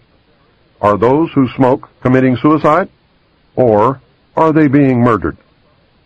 We have watched the news in horror as story after story unfolded, revealing that the Army and the Central Intelligence Agency had released germs and viruses into the population to test their biological warfare capability. In light of what you have now learned, you should know that it was really to reduce population. It is a matter of public record that investigations into cover-ups of radioactive leaks into the atmosphere and into groundwater have revealed that some leaks were not accidental, but were purposeful. Some areas of the country now have such a high rate of cancer that virtually everyone who lives in these areas will die other than a natural death. The true extent of radioactive gases, waste, and toxic material, especially cesium-137, strontium-90, uranium mine and mill tailings, thorium-230, radium-226, and radon-222, that has leaked or has been purposefully planted in the atmosphere, soil, and groundwater is far beyond anything you or I can imagine. Every investigation has revealed that the true figures regarding radioactive leakage are much larger than official figures, and the real numbers may never be known. Cover-up has become standard operating procedure at all levels and in all departments of government. Do we dream reality, or is reality a dream? The New World Order will eliminate the population threat in several ways. Complete control of individual behavior may be established using electronic or chemical implants. No one will be allowed to have a child without permission. Stiff penalties wait for those who ignore the law. The violent, the old, the infirm, the handicapped, and the unproductive will be killed. Private property will be abolished. Since religion helped to create the population problem, it will not be tolerated except for the approved state-controlled religion which will evolve according to man's needs. Man cannot be trusted to safeguard what little is left in the way of natural resources. Technological development and economic growth will be severely cut back. Man will be required to live like his ancestors. Those who learn to be self-sufficient and can adapt to the absence of many of the things that we take for granted today, such as automobiles, will get along fine. Others will suffer terribly. Man will once again conform to the law of the survival of the fittest. No one is going to like the loss of individual freedoms guaranteed us by the Constitution and the Bill of Rights. I do not like or agree with what is planned. Intellectually, I know that people will not solve the problems that we face unless they are made to do it. That is a sad commentary on the common man, but nevertheless it is true. The New World Order is evil, but very much needed if man is to survive long enough to plant his seed amongst the stars. A paradigm shift and starseed are the only legitimate long-term answers. This is why we have all been so wrong for so long. It never was what we thought it was. Nothing is or ever will be until we learn to live in reality instead of fantasyland. A paradigm shift in the evolutionary consciousness of man must take place. Right or wrong, the world is covered with agents of the Illuminati who are attempting to cause that evolutionary jump. We have not been taken into their confidence. It is true that without the population or the bomb problem, the elect would use some other excuse to bring about the New World Order. They have plans to bring about things like earthquakes, war, the Messiah, an extraterrestrial landing, and economic collapse. They might bring about all of these things just to make damn sure that it does work. They will do whatever is necessary to succeed. The Illuminati has all the bases covered, and you are going to have to be on your toes to make it through the coming years. We must learn to accept individual responsibility for the world's problems or be willing to live by the terms of those who do. We must learn to love one another, share, deplore violence, and work with nature, not against it. We must do all of this while colonizing the universe. We must be prepared in the process to peacefully meet and deal with an extraterrestrial intelligence. I believe they exist. Can you imagine what will happen if Los Angeles is hit with a 9.0 quake? New York City is destroyed by a terrorist-planted atomic bomb? World War III breaks out in the Middle East? The banks and the stock markets collapse? Extraterrestrials land on the White House lawn?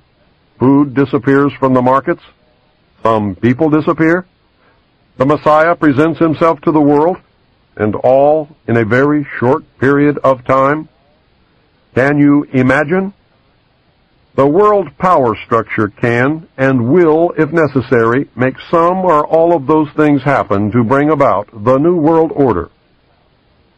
Patriots must not be at home on any national holiday during the day or night ever again until the danger is past. Disregard this warning, and you will find yourself in a concentration camp.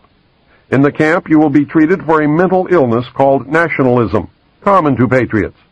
This illness is not in the interest of the New World Order. Those who cannot be cured will be exterminated.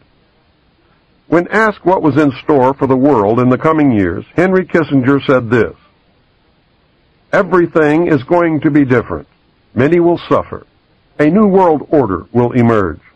It will be a much better world for those who survive. In the long run, life will be better. The world we have wanted will be reality."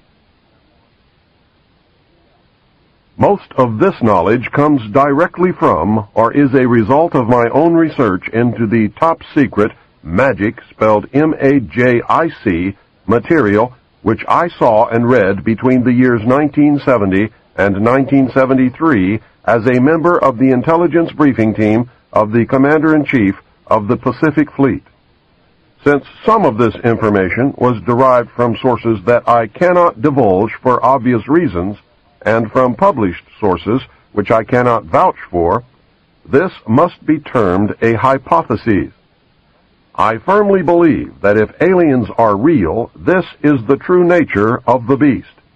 It is the only scenario that has been able to bind all the diverse elements. It is the only scenario that answers all the questions and places the various fundamental mysteries in an arena that makes sense. It is the only explanation which shows the chronology of events and demonstrates that the chronologies, when assembled, match perfectly. The bulk of this I believe to be true if the material that I viewed in the Navy is authentic.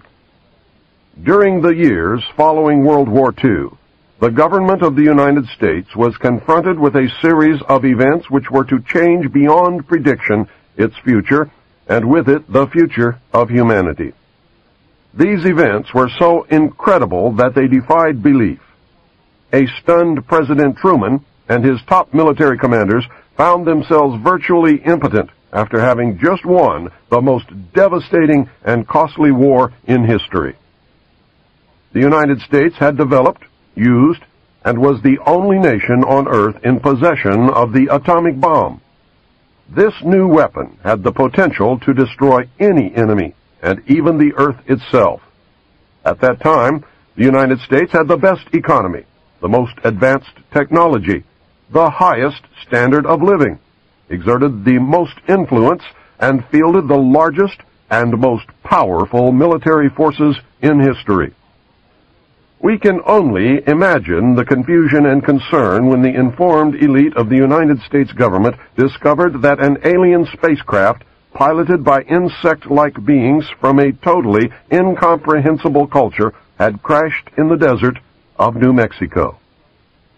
Between January 1947 and December 1952, at least 16 crashed or downed alien craft, 65 alien bodies, and 1 live alien were recovered. An additional alien craft had exploded, and nothing was recovered from that incident. Of these events, 13 occurred within the borders of the United States, not including the craft which disintegrated in the air. Of these 13, 1 was in Arizona, 11 were in New Mexico, and 1 was in Nevada. 3 occurred in foreign countries. Of those, 1 was in Norway, and the last 2 were in Mexico. Sightings of UFOs were so numerous that serious investigation and debunking of each report became impossible, utilizing the existing intelligence assets. An alien craft was found on February the 13th, 1948, on a mesa near Aztec, New Mexico. Another craft was located on March 25th, 1948, in White Sands Proving Ground. It was 100 feet in diameter. A total of 17 alien bodies were recovered from those 2 craft. Of even greater significance was the discovery of a large number of human body parts stored within both of these vehicles. A demon had reared its head, and paranoia quickly took hold of everyone then in the know. The secret lid immediately became a top-secret lid and was screwed down tight. The security blanket was even tighter than that imposed upon the Manhattan Project. In the coming years, these events were to become the most closely guarded secrets in the history of the world. A special group of America's top scientists were organized under the name Project Sign in December 1947 to study the phenomenon. The whole nasty business was contained. Project Sign evolved into Project Grudge in December 1948. A low-level collection and disinformation project named Blue Book was formed under Grudge. 16 volumes were to come out of Grudge. Blue teams were put together to recover the crashed disks and dead or live aliens. The blue teams were later to evolve into alpha teams under Project Pounce. During these early years, the United States Air Force and the Central Intelligence Agency exercised complete control over the alien secret. In fact, the CIA was formed by presidential executive order first as the Central Intelligence Group for the express purpose of dealing with the alien presence. Later, the National Security Act was passed, establishing it as the Central Intelligence Agency. The National Security Council was established to oversee the intelligence community and especially the alien endeavor. A series of National Security Council memos and executive orders removed the CIA from the sole task of gathering foreign intelligence and slowly but thoroughly legalized direct action in the form of covert activities at home and abroad. On December 9, 1947, Truman approved issuance of NSC-4, entitled Coordination of Foreign Intelligence Information Measures, at the urging of Secretaries Marshall, Forrestal, Patterson, and the Director of the State Department's Policy Planning Staff, George Kennan. The Foreign and Military Intelligence Book 1, final report of the Select Committee to study governmental operations with respect to intelligence activities, United States Senate 94th Congress, second session, report number 94-755, April 26, 1976, page 49, states,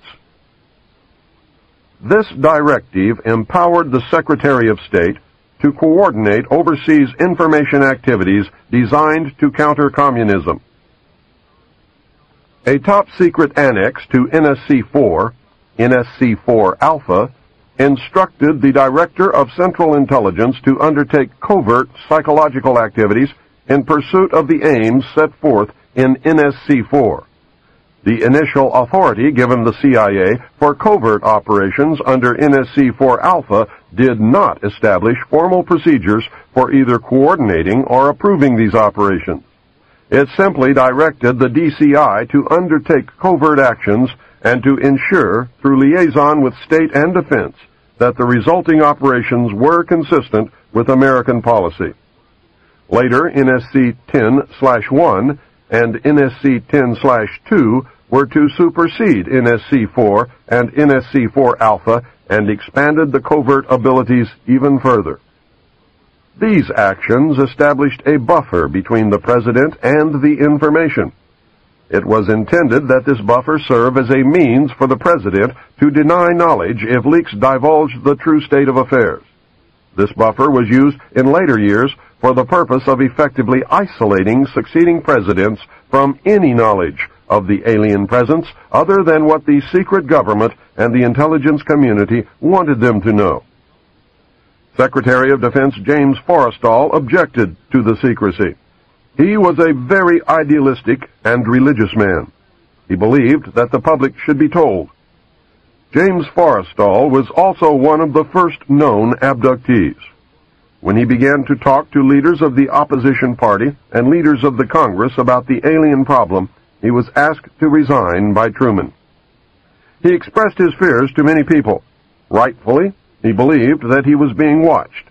This was interpreted by those who were ignorant of the facts as paranoia.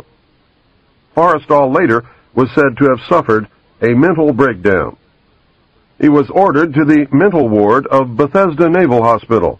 In spite of the fact that the administration had no authority to have him committed, the order was carried out. In fact, it was feared that Forrestal would begin to talk again. He had to be isolated and discredited. His family and friends were denied permission to visit. Finally, on May 21, 1949, Forrestal's brother made a fateful decision. He notified authorities that he intended to remove James from Bethesda on May 22nd. Sometime in the early morning of May 22, 1949, agents of the Central Intelligence Agency tied a sheet around James Forrestal's neck, fastened the other end to a fixture in his room, then threw James Forrestal out the window. The sheet tore and he plummeted to his death. James Forrestal's secret diaries were confiscated by the CIA and were kept in the White House for many years. Due to public demand, the diaries were eventually rewritten and published in a sanitized version. The real diary information was later furnished by the CIA in book form to an agent who published the material as fiction. The name of the agent is Whitley Strieber, and the book is Majestic. James Forrestal became one of the first victims of the cover-up. The live alien that had been found wandering in the desert from the 1949 Roswell crash was named EB. The name had been suggested by Dr. Vannevar Bush and was short for Extraterrestrial Biological Entity. EB had a tendency to lie, and for over a year would give only the desired answer to questions asked. Those questions, which would have resulted in an undesirable answer, went unanswered. At some point during the second year of captivity, he began to open up. The information derived from EB was startling, to say the least.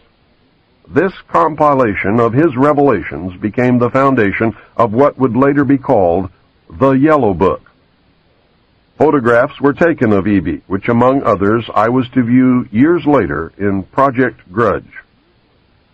In late 1951, EB became ill. Medical personnel had been unable to determine the cause of EB's illness and had no background from which to draw. EB's system was chlorophyll-based, and he processed food into energy much the same as plants. Waste material was excreted the same as plants. Several experts were called in to study the illness. These specialists included medical doctors, botanists, and entomologists. A botanist, Dr. Guillermo Mendoza, was brought in to try and help him recover. Dr. Mendoza worked to save EB until June 2, 1952, when EB died. Dr. Mendoza became the expert on at least this type of alien biology. The movie E.T. is the thinly disguised story of EB. In a futile attempt to save EB and to gain favor with this technologically superior race, the United States began broadcasting a call for help early in 1952 into the vast regions of space. The call went unanswered, but the project, dubbed Sigma, continued as an effort of good faith. President Truman created the super-secret National Security Agency known as the NSA by secret executive order on November 4, 1952. Its primary purpose was to decipher the alien communications, language, and establish a dialogue with the extraterrestrials. This most urgent task was a continuation of the earlier effort.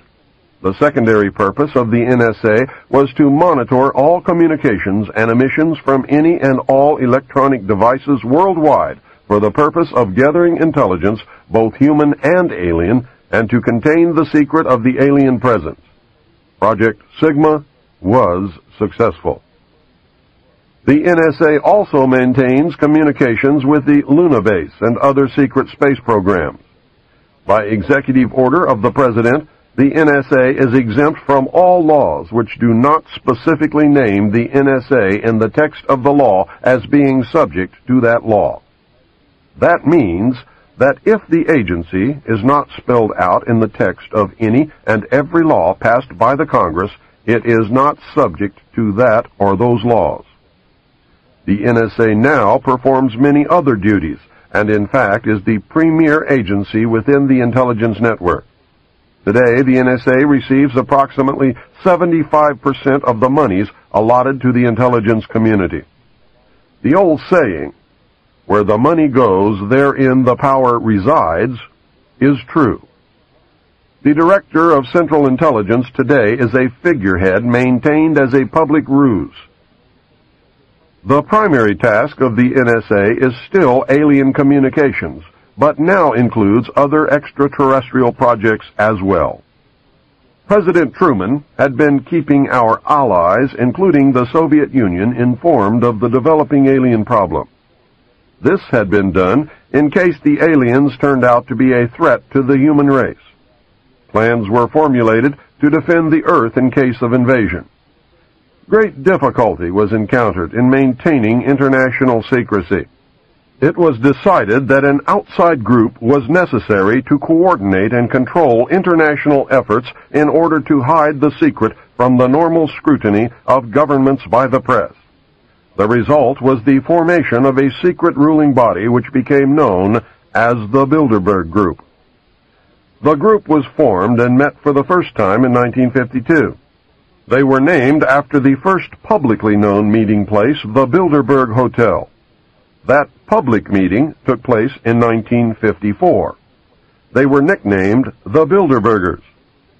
The headquarters of this group is in The Hague. The Bilderbergers evolved into a secret world government that now controls everything. The United Nations was then, and is now, an international joke. Beginning in 1953, a new president occupied the White House. He was a man used to a structured staff organization with a chain of command. His method was to delegate authority and rule by committee. He made major decisions, but only when his advisors were unable to come to a consensus. His normal method was to read through or listen to several alternatives and then approve one. Those who worked closely with him have stated that his favorite comment was, "Just do whatever it takes." He spent a lot of time on the golf course.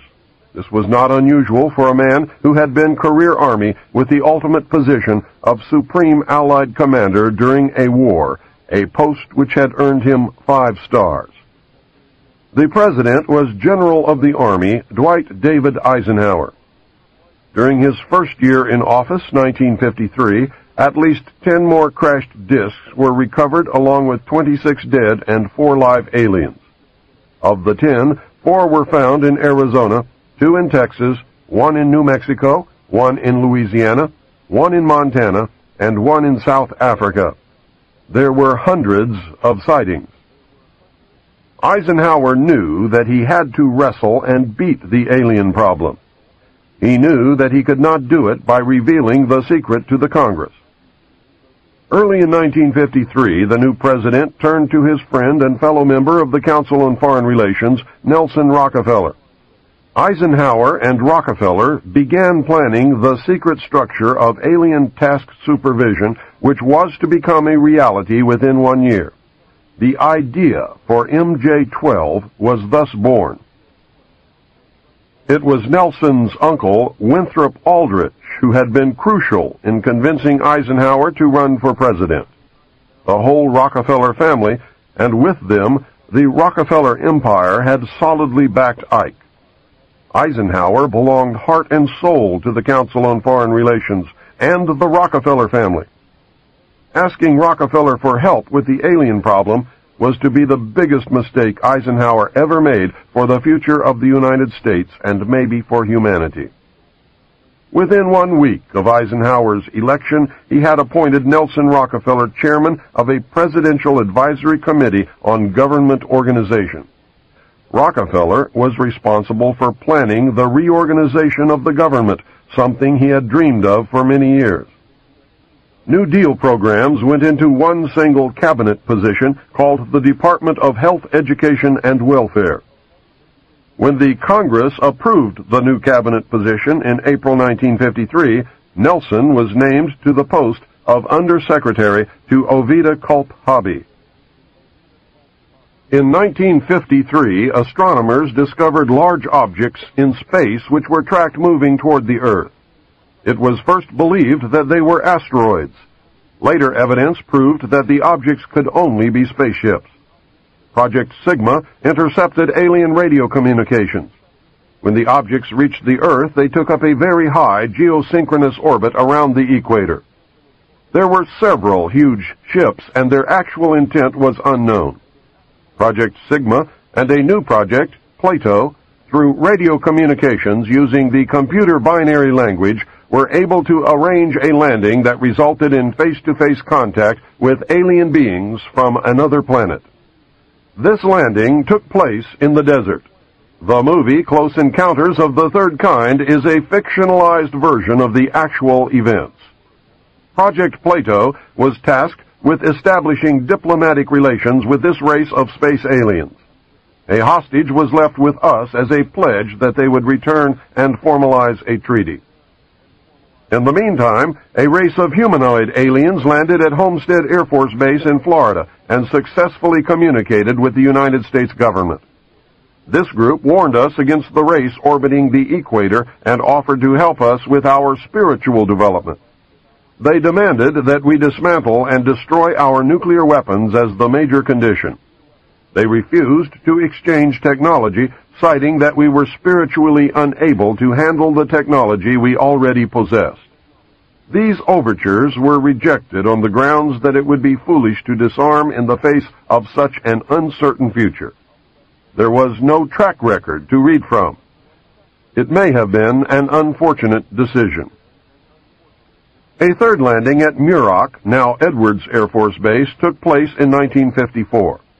The base was closed for 3 days, and no one was allowed to enter or leave during that time.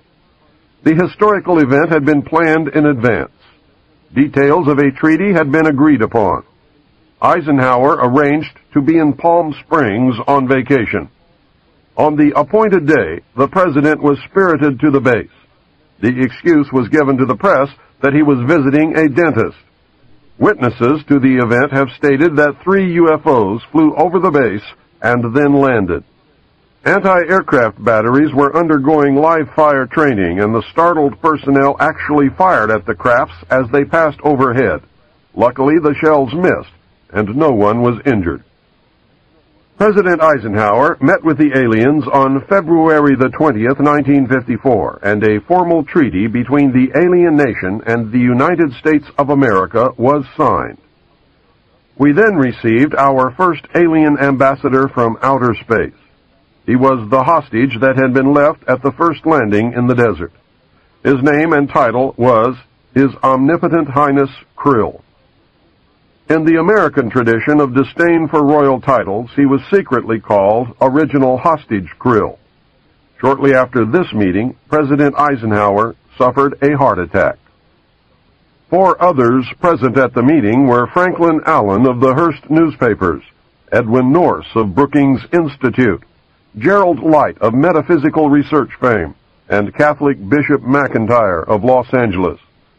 Their reaction was judged as the microcosm of what the public reaction might be.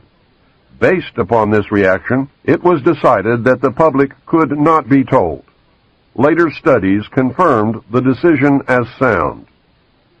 An emotionally revealing letter written by Gerald Light spells it out in chilling detail. It reads, "My dear friend, I have just returned from Muroc. The report is true. Devastatingly true. I made the journey in company with Franklin Allen of the Hearst papers and Edwin Norse of Brookings Institute, who was Truman's erstwhile financial advisor, and Bishop McIntyre of Los Angeles. Keep these names confidential for the present, please. When we were allowed to enter the restricted section, after about 6 hours in which we were checked out on every possible item, event, incident, and aspect of our personal and public lives, I had the distinct feeling that the world had come to an end with fantastic realism. For I have never seen so many human beings in a state of complete collapse and confusion, as they realized that their own world had indeed ended with such finality as to beggar description. The reality of other plane aeroforms is now and forever removed from the realms of speculation and made a rather painful part of the consciousness of every responsible scientific and political group. During my 2 days' visit, I saw 5 separate and distinct types of aircraft being studied and handled by our Air Force officials, with the assistance and permission of the Etherians. I have no words to express my reaction. It has finally happened. It is now a matter of history. President Eisenhower, as you may already know, was spirited over to Muroc one night during his visit to Palm Springs recently, and it is my conviction that he will ignore the terrific conflict between the various authorities and go directly to the people via radio and television, if the impasse continues much longer. From what I could gather, an official statement to the country is being prepared for delivery about the middle of May. We know that no such announcement was ever made. The Silence Control Group won the day. We also know that 2 more ships, for which we can find no witnesses, either landed sometime after the 3 or were already at the base before the 3 landed. Gerald Light specifically states that 5 ships were present and were undergoing study by the Air Force. His metaphysical experience is evident in that he calls the entities Etherians. Gerald Light capitalized Etherians, calling attention to the fact that these beings might have been viewed as gods by Mr. Light. The alien emblem was known as the trilateral insignia and was displayed on the craft and worn on the alien uniforms. Both of these landings and the second meeting were filmed. These films exist today. The treaty stated that the aliens would not interfere in our affairs and we would not interfere in theirs. We would keep their presence on Earth a secret. They would furnish us with advanced technology and would help us in our technological development. They would not make any treaty with any other Earth nation. They could abduct humans on a limited and periodic basis for the purpose of medical examination and monitoring of our development, with the stipulation that the humans would not be harmed, would be returned to their point of abduction, would have no memory of the event, and that the alien nation would furnish Majesty 12 with a list of all human contacts and abductees on a regularly scheduled basis. It was agreed that each nation would receive the ambassador of the other for as long as the treaty remained in force. It was further agreed that the alien nation and the United States would exchange 16 personnel with the purpose of learning of each other. The alien guests would remain on Earth. The human guests would travel to the alien point of origin for a specified period of time, then return, at which point a reverse exchange would be made. A reenactment of this event was dramatized in the movie Close Encounters of the Third Kind. A tip-off to who works for whom can be determined by the fact that Dr. J. Allen Hynek served as the technical advisor for the film. I noticed that the top-secret report containing the official version of the truth of the alien question, entitled Project Grudge, which I read while in the Navy, was co-authored by Lieutenant Colonel Friend and Dr. J. Allen Hynek, who was cited as a Central Intelligence Agency asset attached to Project Grudge. Dr. Hynek, the one who debunked many legitimate UFO incidents when he functioned as the scientific member of the very public Project Blue Book. Dr. Hynek is the man responsible for the infamous "it was only swamp gas" statement. It was agreed that bases would be constructed underground for the use of the alien nation, and that 2 bases would be constructed for the joint use of the alien nation and the United States government. Exchange of technology would take place in the jointly occupied bases. These alien bases would be constructed under Indian reservations in the Four Corners area of Utah, Colorado, New Mexico, and Arizona, and one would be constructed in an area known as Dreamland. Dreamland was built in the Mojave Desert near or in a place called Yucca. I cannot remember if it was Yucca Valley, Yucca Flat, or Yucca Proving Ground, but Yucca Valley is what I always seem to want to say.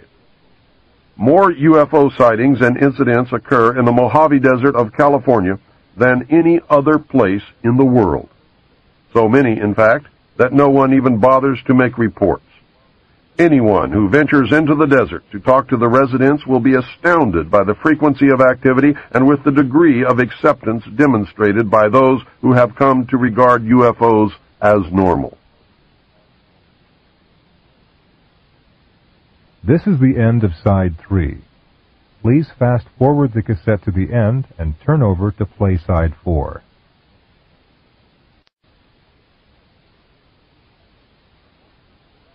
According to the documents that I read, all alien areas are under complete control of the Naval Department. All personnel who work in these complexes receive their checks from the Navy through a subcontractor. The checks never make reference to the government or the Navy. Construction of the bases began immediately, but progress was slow. Large amounts of money were made available in 1957. Work continued on the Yellow Book. Project Red Light was formed, and experimentation in test-flying alien craft was begun in earnest. A super top-secret facility was built at Groom Lake in Nevada in the midst of the weapons test range. It was codenamed Area 51. The installation was placed under the Department of the Navy, and all personnel required a Q clearance as well as executive approval. This is ironic due to the fact that the President of the United States does not have clearance to visit this site.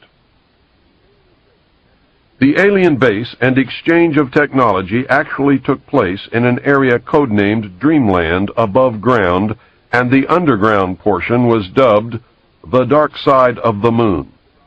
According to the documentation that I read, at least 600 alien beings actually resided full-time at this site, along with an unknown number of scientists and CIA personnel. Due to the fear of implantation, only certain people were allowed to interface with the alien beings, and those personnel were and are watched and monitored continuously. The Army was tasked to form a super-secret organization to furnish security for the alien task projects. This organization became the National Reconnaissance Organization based at Fort Carson, Colorado. The specific teams trained to secure the projects were called Delta. Lieutenant Colonel James Bogreitz was a Delta Force commander. A second project, codenamed Snowbird, was promulgated to explain away any sightings of the red light crafts as being Air Force experiments. The Snowbird crafts were manufactured using conventional technology and were flown for the press on several occasions. Project Snowbird was also used to debunk legitimate public sightings of alien craft. Project Snowbird was very successful, and reports from the public declined steadily until recent years. A multi-million-dollar secret fund was organized and kept by the military office of the White House. This fund was used to build over 75 deep underground facilities. Presidents who asked were told the fund was used to build deep underground shelters for the president in case of war. Only a few were built for the president. Millions of dollars were used to build top-secret alien bases as well as top-secret dumb, deep underground military bases. President Johnson used this fund to build a movie theater and pave the road on his ranch. He had no idea of its true purpose. The secret White House Underground Construction Fund was set up in 1957 by President Eisenhower. The funding was obtained from Congress under the guise of construction and maintenance of secret sites where the president could be taken in case of military attack, presidential emergency sites. The sites are literally holes in the ground deep enough to withstand a nuclear blast and are outfitted with state-of-the-art communications equipment. To date, there are more than 75 sites spread around the country which were built using the money from this fund. The Atomic Energy Commission has built at least an additional 22 underground sites. The location and everything to do with these sites were and are considered and treated as top secret. The money was and is in control of the military office of the White House and was and is laundered through so circuitous a web that even the most knowledgeable spy or accountant cannot follow it. By secret executive memorandum NSC 5510, Eisenhower had preceded NSC 5412/1 to establish a permanent committee to be known as Majesty 12 to oversee and conduct all covert activities concerned with the alien question. There were 19 members of Majesty 12. The first rule of Majesty 12 was that no order could be given and no action could be taken without a majority vote of 12 in favor, thus Majority 12. Orders issued by Majesty 12 became known as Majority 12 directives. This group was made up over the years of the top officers and directors of the Council on Foreign Relations and later the Trilateral Commission. Gordon Dean, George Bush, and Zbigniew Brzezinski were among them. By 1955, it became obvious that the aliens had deceived Eisenhower and had broken the treaty. Mutilated humans were being found, along with mutilated animals across the United States. It was suspected that the aliens were not submitting a complete list of human contacts and abductees to Majesty 12, and it was suspected that not all abductees had been returned. The Soviet Union was suspected of interfacing with them, and this proved to be true. The aliens stated that they had been and were then manipulating masses of people through secret societies, witchcraft, magic, the occult, and religion. You must understand that this claim could also be a manipulation. After several Air Force combat air engagements with alien craft, it also became apparent that our weapons were no match against them. In November 1955, NSC 5412/2 was issued, establishing a study committee to explore all factors which are involved in the making and implementing of foreign policy in the nuclear age. This was only a blanket of snow that covered the real subject of study, the alien question. By secret executive memorandum, NSC 5511 in 1954, President Eisenhower had commissioned the study group to examine all the facts, evidence, lies, and deception, and discover the truth of the alien question. A major finding of the alien study was that the public could not be told. It was believed that this would most certainly lead to economic collapse, collapse of the religious structure, and national panic, which could lead into anarchy. Secrecy thus continued.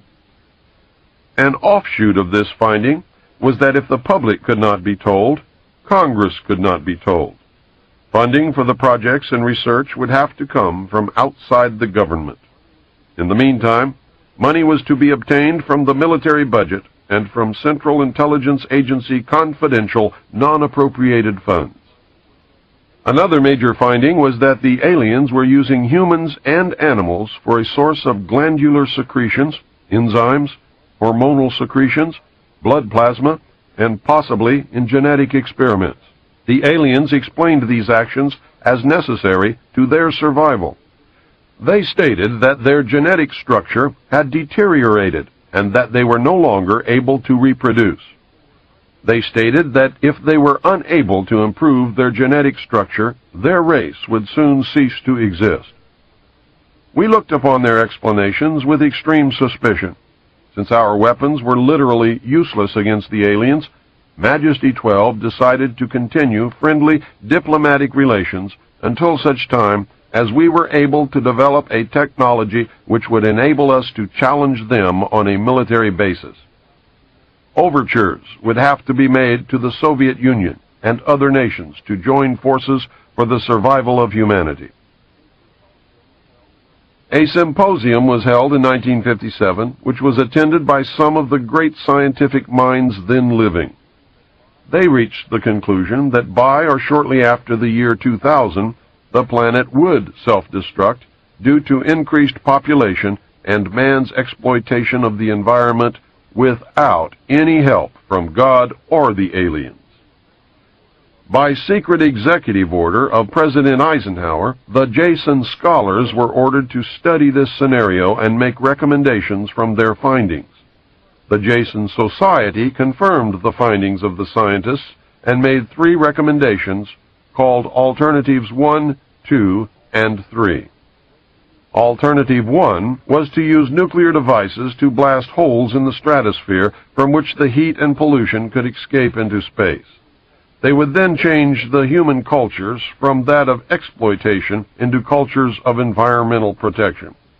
Of the 3, this was decided to be the least likely to succeed due to the inherent nature of man and the additional damage the nuclear explosions would themselves create. The existence of a hole in the ozone layer may indicate that Alternative 1 might have been attempted. This is, however, only conjecture. Alternative 2 was to build a vast network of underground cities and tunnels in which a select representation of all cultures and occupations could survive and carry on the human race. The rest of humanity would be left to fend for themselves on the surface of the planet. We know that these facilities have been built and are ready and waiting for the chosen few to be notified. Alternative 3 was to exploit the alien and conventional technology in order for a select few to leave the Earth and establish colonies in outer space. I am not able to either confirm or deny the existence of batch consignments of human slaves, which would be used for the manual labor as a part of the plan. The Moon, codenamed Adam, was the object of primary interest, followed by the planet Mars, codenamed Eve. I am now in possession of official NASA photographs of one of the moon bases. I believe that the Mars colony is also a reality. As a delaying action, all 3 alternatives included birth control, sterilization, and the introduction of deadly microbes to control or slow the growth of the Earth's population. AIDS is only one result of these plans. It was decided by the elite that since the population must be reduced and controlled, it would be in the best interest of the human race to rid ourselves of the undesirable elements of our society. Specific targeted populations included blacks, Hispanics, and homosexuals. The joint United States and Soviet leadership dismissed Alternative 1, but ordered work to begin on Alternatives 2 and 3 virtually at the same time. In 1959, the RAND Corporation hosted a deep underground construction symposium. In the symposium report, machines are pictured and described which could bore a tunnel 45 feet in diameter at the rate of 5 feet per hour in 1959. It also displays pictures of huge tunnels and underground vaults containing what appeared to be complex facilities and possibly even cities. It appears that the previous 5 years of all-out underground construction had made significant progress by that time. The official space program was boosted by President Kennedy in his inaugural address when he mandated that the United States put a man on the moon before the end of the decade. Although innocent in its conception, this mandate enabled those in charge to funnel vast amounts of money into black projects and conceal the real space program from the American people. A similar program in the Soviet Union served the same purpose. In fact, a joint alien, United States, and Soviet Union base existed on the moon at the very moment Kennedy spoke the words. During the United States' initial space exploration and the moon landings, every launch was accompanied by alien craft. On November 20th, 1990, Los Angeles TV Channel 2 announced that a separate red, glowing, round-shaped object accompanied the Space Shuttle Atlantis on its latest classified military mission. That was the first public admission.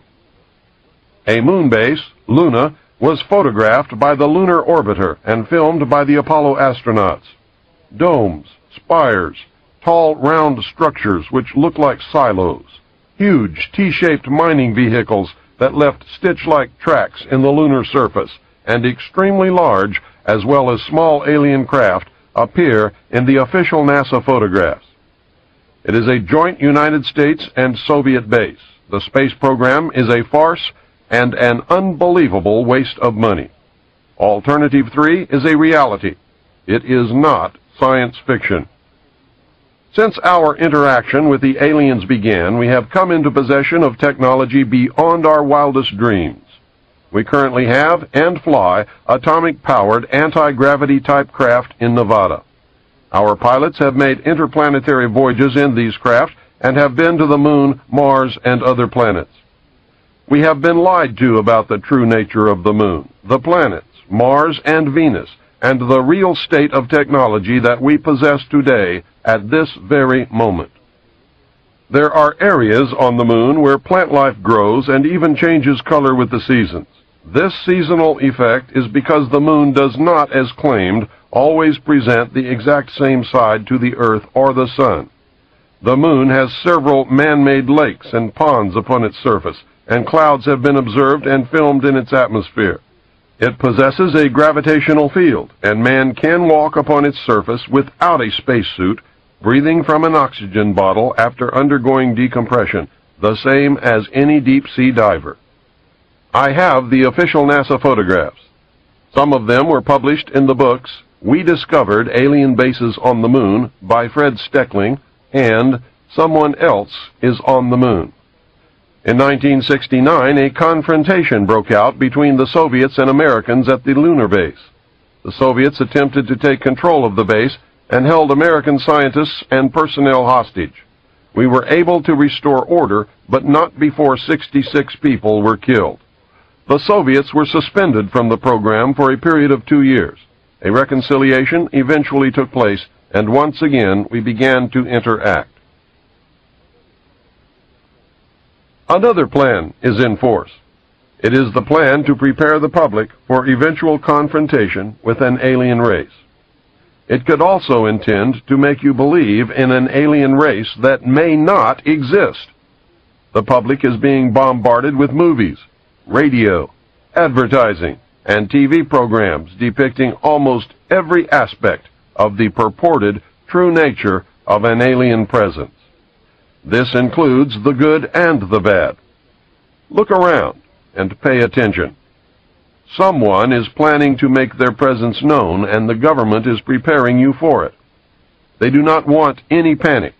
The unprecedented number of sightings worldwide indicates that public exposure is not far off. Never in history have there been so many incidents involving UFOs, and never in history have there been so many official acknowledgments. For many years, the secret government has been importing drugs and selling them to the people, mainly the poor and minorities. Social welfare programs were put into place to create a dependent, non-working element in our society. The government then began to remove these programs to force people into a criminal class that did not exist in the 50s and 60s. The government encouraged the manufacture and importation of military firearms for the criminals to use. This is intended to foster a feeling of insecurity, which would lead the American people to voluntarily disarm themselves by passing laws against firearms. Using drugs and hypnosis on mental patients in a process called Orion, the CIA inculcated the desire in these people to open fire on schoolyards and thus inflame the anti-gun lobby. This plan is well underway and so far is working perfectly. The middle class is begging the government to do away with the Second Amendment. The media will convince the American people that a state of anarchy exists within the major cities. When public opinion has been won to this idea, they intend to state that a terrorist group armed with a nuclear weapon has entered the United States and that they plan to detonate this device in one of our cities. The government will then suspend the Constitution and declare martial law. The secret alien army of implanted humans and all dissidents, which translates into anyone they choose, will be rounded up and placed in the 1-mile square concentration camps which already exist. Are the people whom they intend to place in these concentration camps destined to make up the reported batch consignments of slave labor needed by the space colonies? The media, radio, TV, newspapers, and computer networks will be nationalized and seized. Anyone who resists will be taken or killed. This entire operation was rehearsed by the government and military in 1984 under the code name Rex 84 Alpha, and it went off without a hitch. When these events have transpired, the secret government and our alien takeover will be complete. Your freedom will never be returned, and you will live in slavery for the remainder of your life. You had better wake up, and you had better do it now. The conclusions are inescapable. 1. The secret power structure may believe that by our own ignorance or by divine decree, planet Earth will self-destruct sometime in the near future. These men sincerely believe that they are doing the right thing in their attempt to save the human race. It is terribly ironic that they have been forced to take as their partner an alien race which is itself engaged in a monumental struggle for survival. Many moral and legal compromises may have been made in this joint effort. These compromises were made in error and must be corrected. Those responsible should be brought to account for their actions. I can understand the fear and urgency that must have been instrumental in the decision not to tell the public. Obviously, I disagree with that decision. Throughout history, small but powerful groups of men have consistently felt that they alone were capable of deciding the fates of millions. Throughout history, they have been wrong. This great nation owes its very existence to the principles of freedom and democracy. I believe with all my heart that the United States of America cannot and will not succeed in any effort that ignores those principles. Full disclosure to the public should be made, and we should proceed to save the human race together. 2. We are being manipulated by a joint human alien power structure which will result in a one-world government and the partial enslavement of the human race. This has been deemed necessary to solve the elemental question: who will speak for planet Earth? It has been decided that man is not mature enough in his evolutionary development to be trusted to interact properly with an alien race. We already have enough trouble between the different human races. So what would happen if a totally alien extraterrestrial race was introduced? Would they be lynched, spit upon, or shot? Would discrimination result in nasty encounters that would doom humanity as a result of the aliens' obviously superior technology? Have our leaders decided to lock us in the playpen?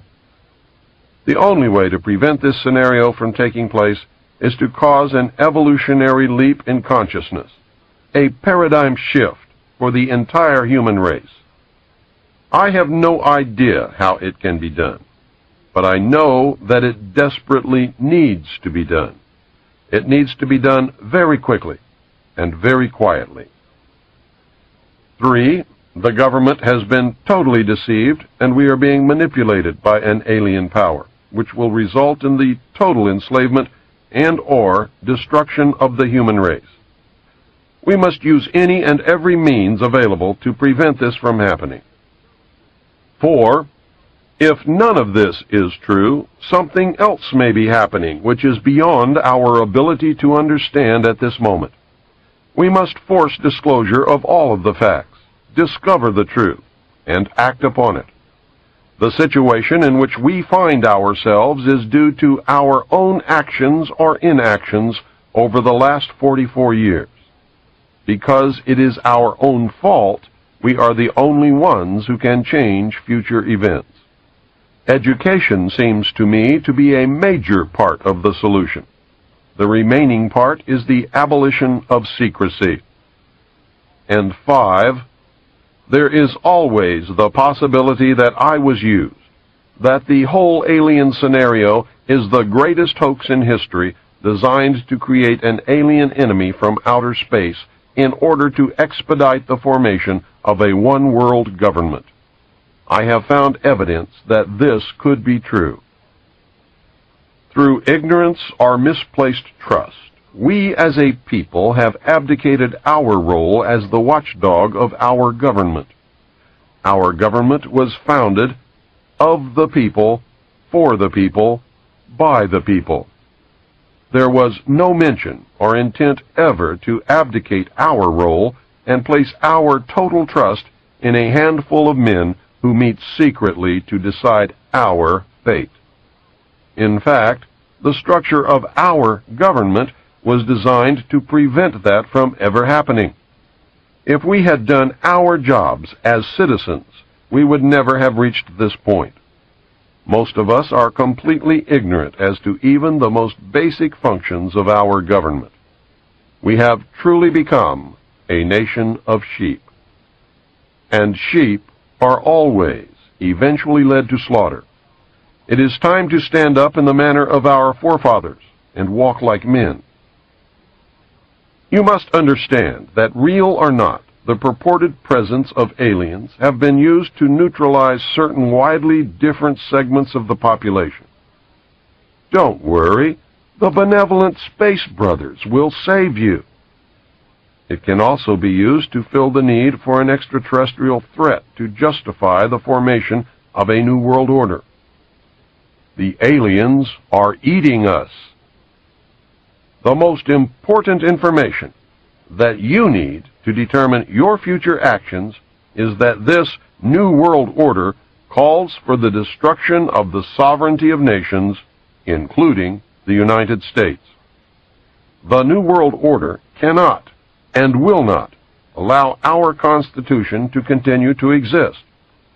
The new world order will be a totalitarian socialist system. We will be slaves shackled to a cashless system of economic control. If the documentation that I viewed while I was in naval intelligence is true, then what you have just heard is probably closer to the truth than anything ever spoken. If extraterrestrials are a hoax, then what you just heard is exactly what the Illuminati wants you to believe. I can assure you, beyond any shadow of a doubt, that even if aliens are not real, the technology is real. Anti-gravity craft exist, and human pilots fly them. I and millions of others have seen them.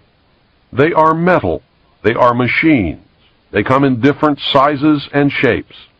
They are obviously, intelligently guided. Now, here is an interview with author William Cooper. So, Mr. Cooper, are there larger numbers of people all the time who are receptive to your message and who are thinking a little bit more deeply and critically about these fundamental issues of government and politics that perhaps they did not give as much thought to in the past? Oh, yes. In fact, I never dreamed that I would make such an impact. When I first began what I'm doing now, which was many years ago, I was lucky if I could travel 1,000 miles and collect 3 people in somebody's living room, none of whom, by the way, would help me pay for expenses or anything else, to sit down and listen to what I had to say. And I did this many times, travel all the way across the country, just to talk to 2 or 3 or 4 people in somebody's home, and put all the expenses myself. And now I can go to some place like the Salt Dome in Salt Lake City and fill the place up with people who want to come and hear what I have to say.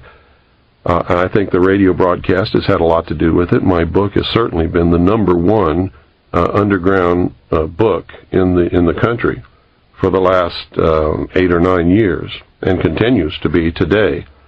And I know that I'm really hitting the mark, and I'm really making people pay attention when the President of the United States, William Jefferson Clinton, names me in a White House memo, which Rush Limbaugh read on the air, as being the most dangerous radio host in America. To me, that was the most tremendous compliment that I could ever receive. Was worth more than $50 million in my estimation. And if I don't ever do anything more than what I've accomplished, I certainly have accomplished quite a bit in the way of waking up the average American to stop believing everything that he's told or taught and start questioning and using his own mind for something other than to hold up the top of his head. And I think that's happening. I think people are beginning to question and think and arrive at their own conclusions today a lot more than they ever have in history. Trusting people is what got us in this situation. And the whole concept that imperfect man can rule other imperfect men and it's going to turn out all right is the most ludicrous proposition that I've ever heard in my life. I think there are a number of people that agree with what you say, who are aware of some of these facts. Again, the question to ask is, given that there may be ills and abuses on the part of the government today, what would be something that a person interested in seeing change could do? What sort of advice would you give somebody who wanted to have an effect for the better, who would want to influence events so that we would begin moving towards a change? There are only two possible avenues of change at the present time. One is civil war, which we are heading toward right now. We are rushing toward a civil war in this country. And I foresee that is probably the most reasonable expectation that we can see happening. Not that I want it to happen. Not that a civil war is reasonable. But it's the reasonable conclusion after looking at the whole picture. The other is that we could somehow really educate the vast majority of what I call the American sheeple. These are people who are ignorant. Ignorant is not a bad word. It just means that they're without knowledge. If we could educate them and get them to understand that it is more important to stand up now and take a personal risk and educate other people and say that this has all got to stop, and be able to select our own candidates and make sure they get elected no matter what the press or the television or anybody else tells us about them. Put them in office, people who will support, protect, and defend the Constitution, like the liars and the charlatans who are in office now swear to do when they take their oath of office, but don't at all. Don't even attempt it, in fact. If you could get the people to do that, then there might be a possibility of a political, peaceful solution. But I can tell you right there that that's not going to happen. It's not going to happen in your wildest dreams, because most people spend the first 21 years of their life trying to get away from daddy and get away from home and become responsible and have their own responsibility in life. They spend the rest of their life, once they find out what that really means, in trying to find a daddy that will take care of them and take all the risk away from them and make sure that they have a job and that their diapers are changed and they have a bed to sleep in at night and a place to play and all of that kind of stuff, just like every other child in the world. And to stand up and be responsible and take a risk means that they're not going to find that. That's why socialism is so attractive to the vast majority of any people, not just Americans, but any people. It promises that they're going to have a daddy again who's going to take care of them. If they'll just give up all their rights and all their liberties, daddy will take care of them. And so that's what people are looking for. And you can see it in your daily life. That's the way they vote. That's what they want. They don't want to take personal responsibility. They don't want to take a risk. They're afraid of getting on a list. I've had people tell me to my face, Bill, I know all about this stuff, but I can't help you because I don't want to get on anybody's list. Is it different anywhere else then, Bill? Because this question brings me to something I wanted to ask you anyway, and that is, in looking over other countries in the world, do you find any other countries with social or political models, even if it's only some aspect of their system, that you find worth emulating in other countries? Any other country or countries that you think go about the political process or the social contract, if you will, in a way superior to the United States? No, I don't, as a matter of fact. Up until we began to take this left turn into socialism, the United States was the great light of the world, so to speak. We were the only free people who had ever existed in the entire history of humanity. We like to talk about our great heritage from England. The English were never free. They're not free today. They don't have freedom of speech. They don't have any of the freedoms that we've always had and cherished. In the history of the whole human race, the only people that have ever lived on this planet who have ever truly been free, the ultimate achievement of all humankind was to accept the individual as a king or queen in his or her own right, being responsible and having all of the freedom and liberties that they could possibly imagine right here in this country. And we created a government that was supposed to have a balance of power and was limited, strictly limited by the Constitution, and only given a very few powers in order to protect the freedom of the common man. That's all gone now. I mean, that's like you hear these politicians in Washington today talking about how the Constitution is an outdated document penned over 200 years ago by a bunch of doddering old men who did not understand the complexities of the modern age. They won't tell you what you should already know, is that the document is not an outdated old document. It is a living Constitution. It has within it the means for change should the people desire that it be changed. But the people don't desire that, so they just go ahead and throw it in the trash can anyway and go about their business doing anything that they want to do, while Joe Blow on the street doesn't even know that it's happening because he's never read the document that guarantees his freedom in his whole life. So, Mr. Cooper, given the controversial nature of so many of the things that you have studied with regard to government and the law and the abuses thereof, tell us a little bit about how it has affected your personal life. You're a family man with 2 children. What kind of impact has the work you've done had on your family? Well, that's quite an interesting question, and that doesn't get asked very much. But it's had a tremendous effect. If you want to find out how quickly society can turn against one, and I'm talking seriously here, stand up and tell the truth about just anything that you want to stand up and tell the truth about. It scares the living daylights out of everyone. And so the first thing that happens is you find out who your friends are and who your friends are not, because there's a great weeding out there. And it's not anything that you do on your part or that I've done on my part. They just disappear.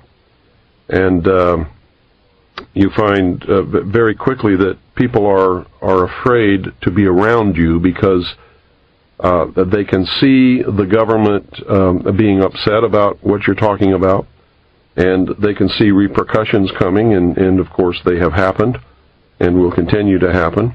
And ultimately, I really believe that there will be some kind of a terminal point where they decide that they're not just not going to put up with this pest anymore, and that's going to be the end of me. We have been literally financially in the ditch. We have found it impossible to get any kind of a normal job with anyone who knows anything about what I do. you can't go to church, you can't go to cocktail parties because everybody else is sitting around talking about the weather or, oh, what school did you go to? And when you have done the research and arrived at some of the answers that I know to be true now, those people become like kindergarten children. They're not in the real world, and I can't engage in that kind of a conversation. So you really find yourself in another world that has nothing to do with all of the rest of the people who are running around engaged in their activities that they think are so important then. And to them, they really are. But to me, they've lost the reality of what really is important, and they're about to lose their freedom to even discover those things at this point. May I ask you a last question, and that is, how would you like to be seen or remembered in future years when people look back and you think about the thrust of your work? What is it that you would like to be best remembered for?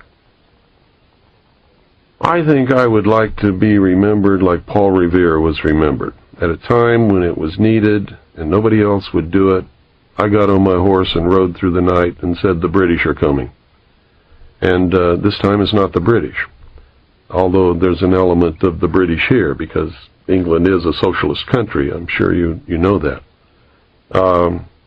That's all. I'm not looking for any fame or any fortune. You certainly don't get rich doing what I'm doing. And infamous is probably the real word that describes what happens to you as far as public recognition in a world where political correctness is the theme of the day.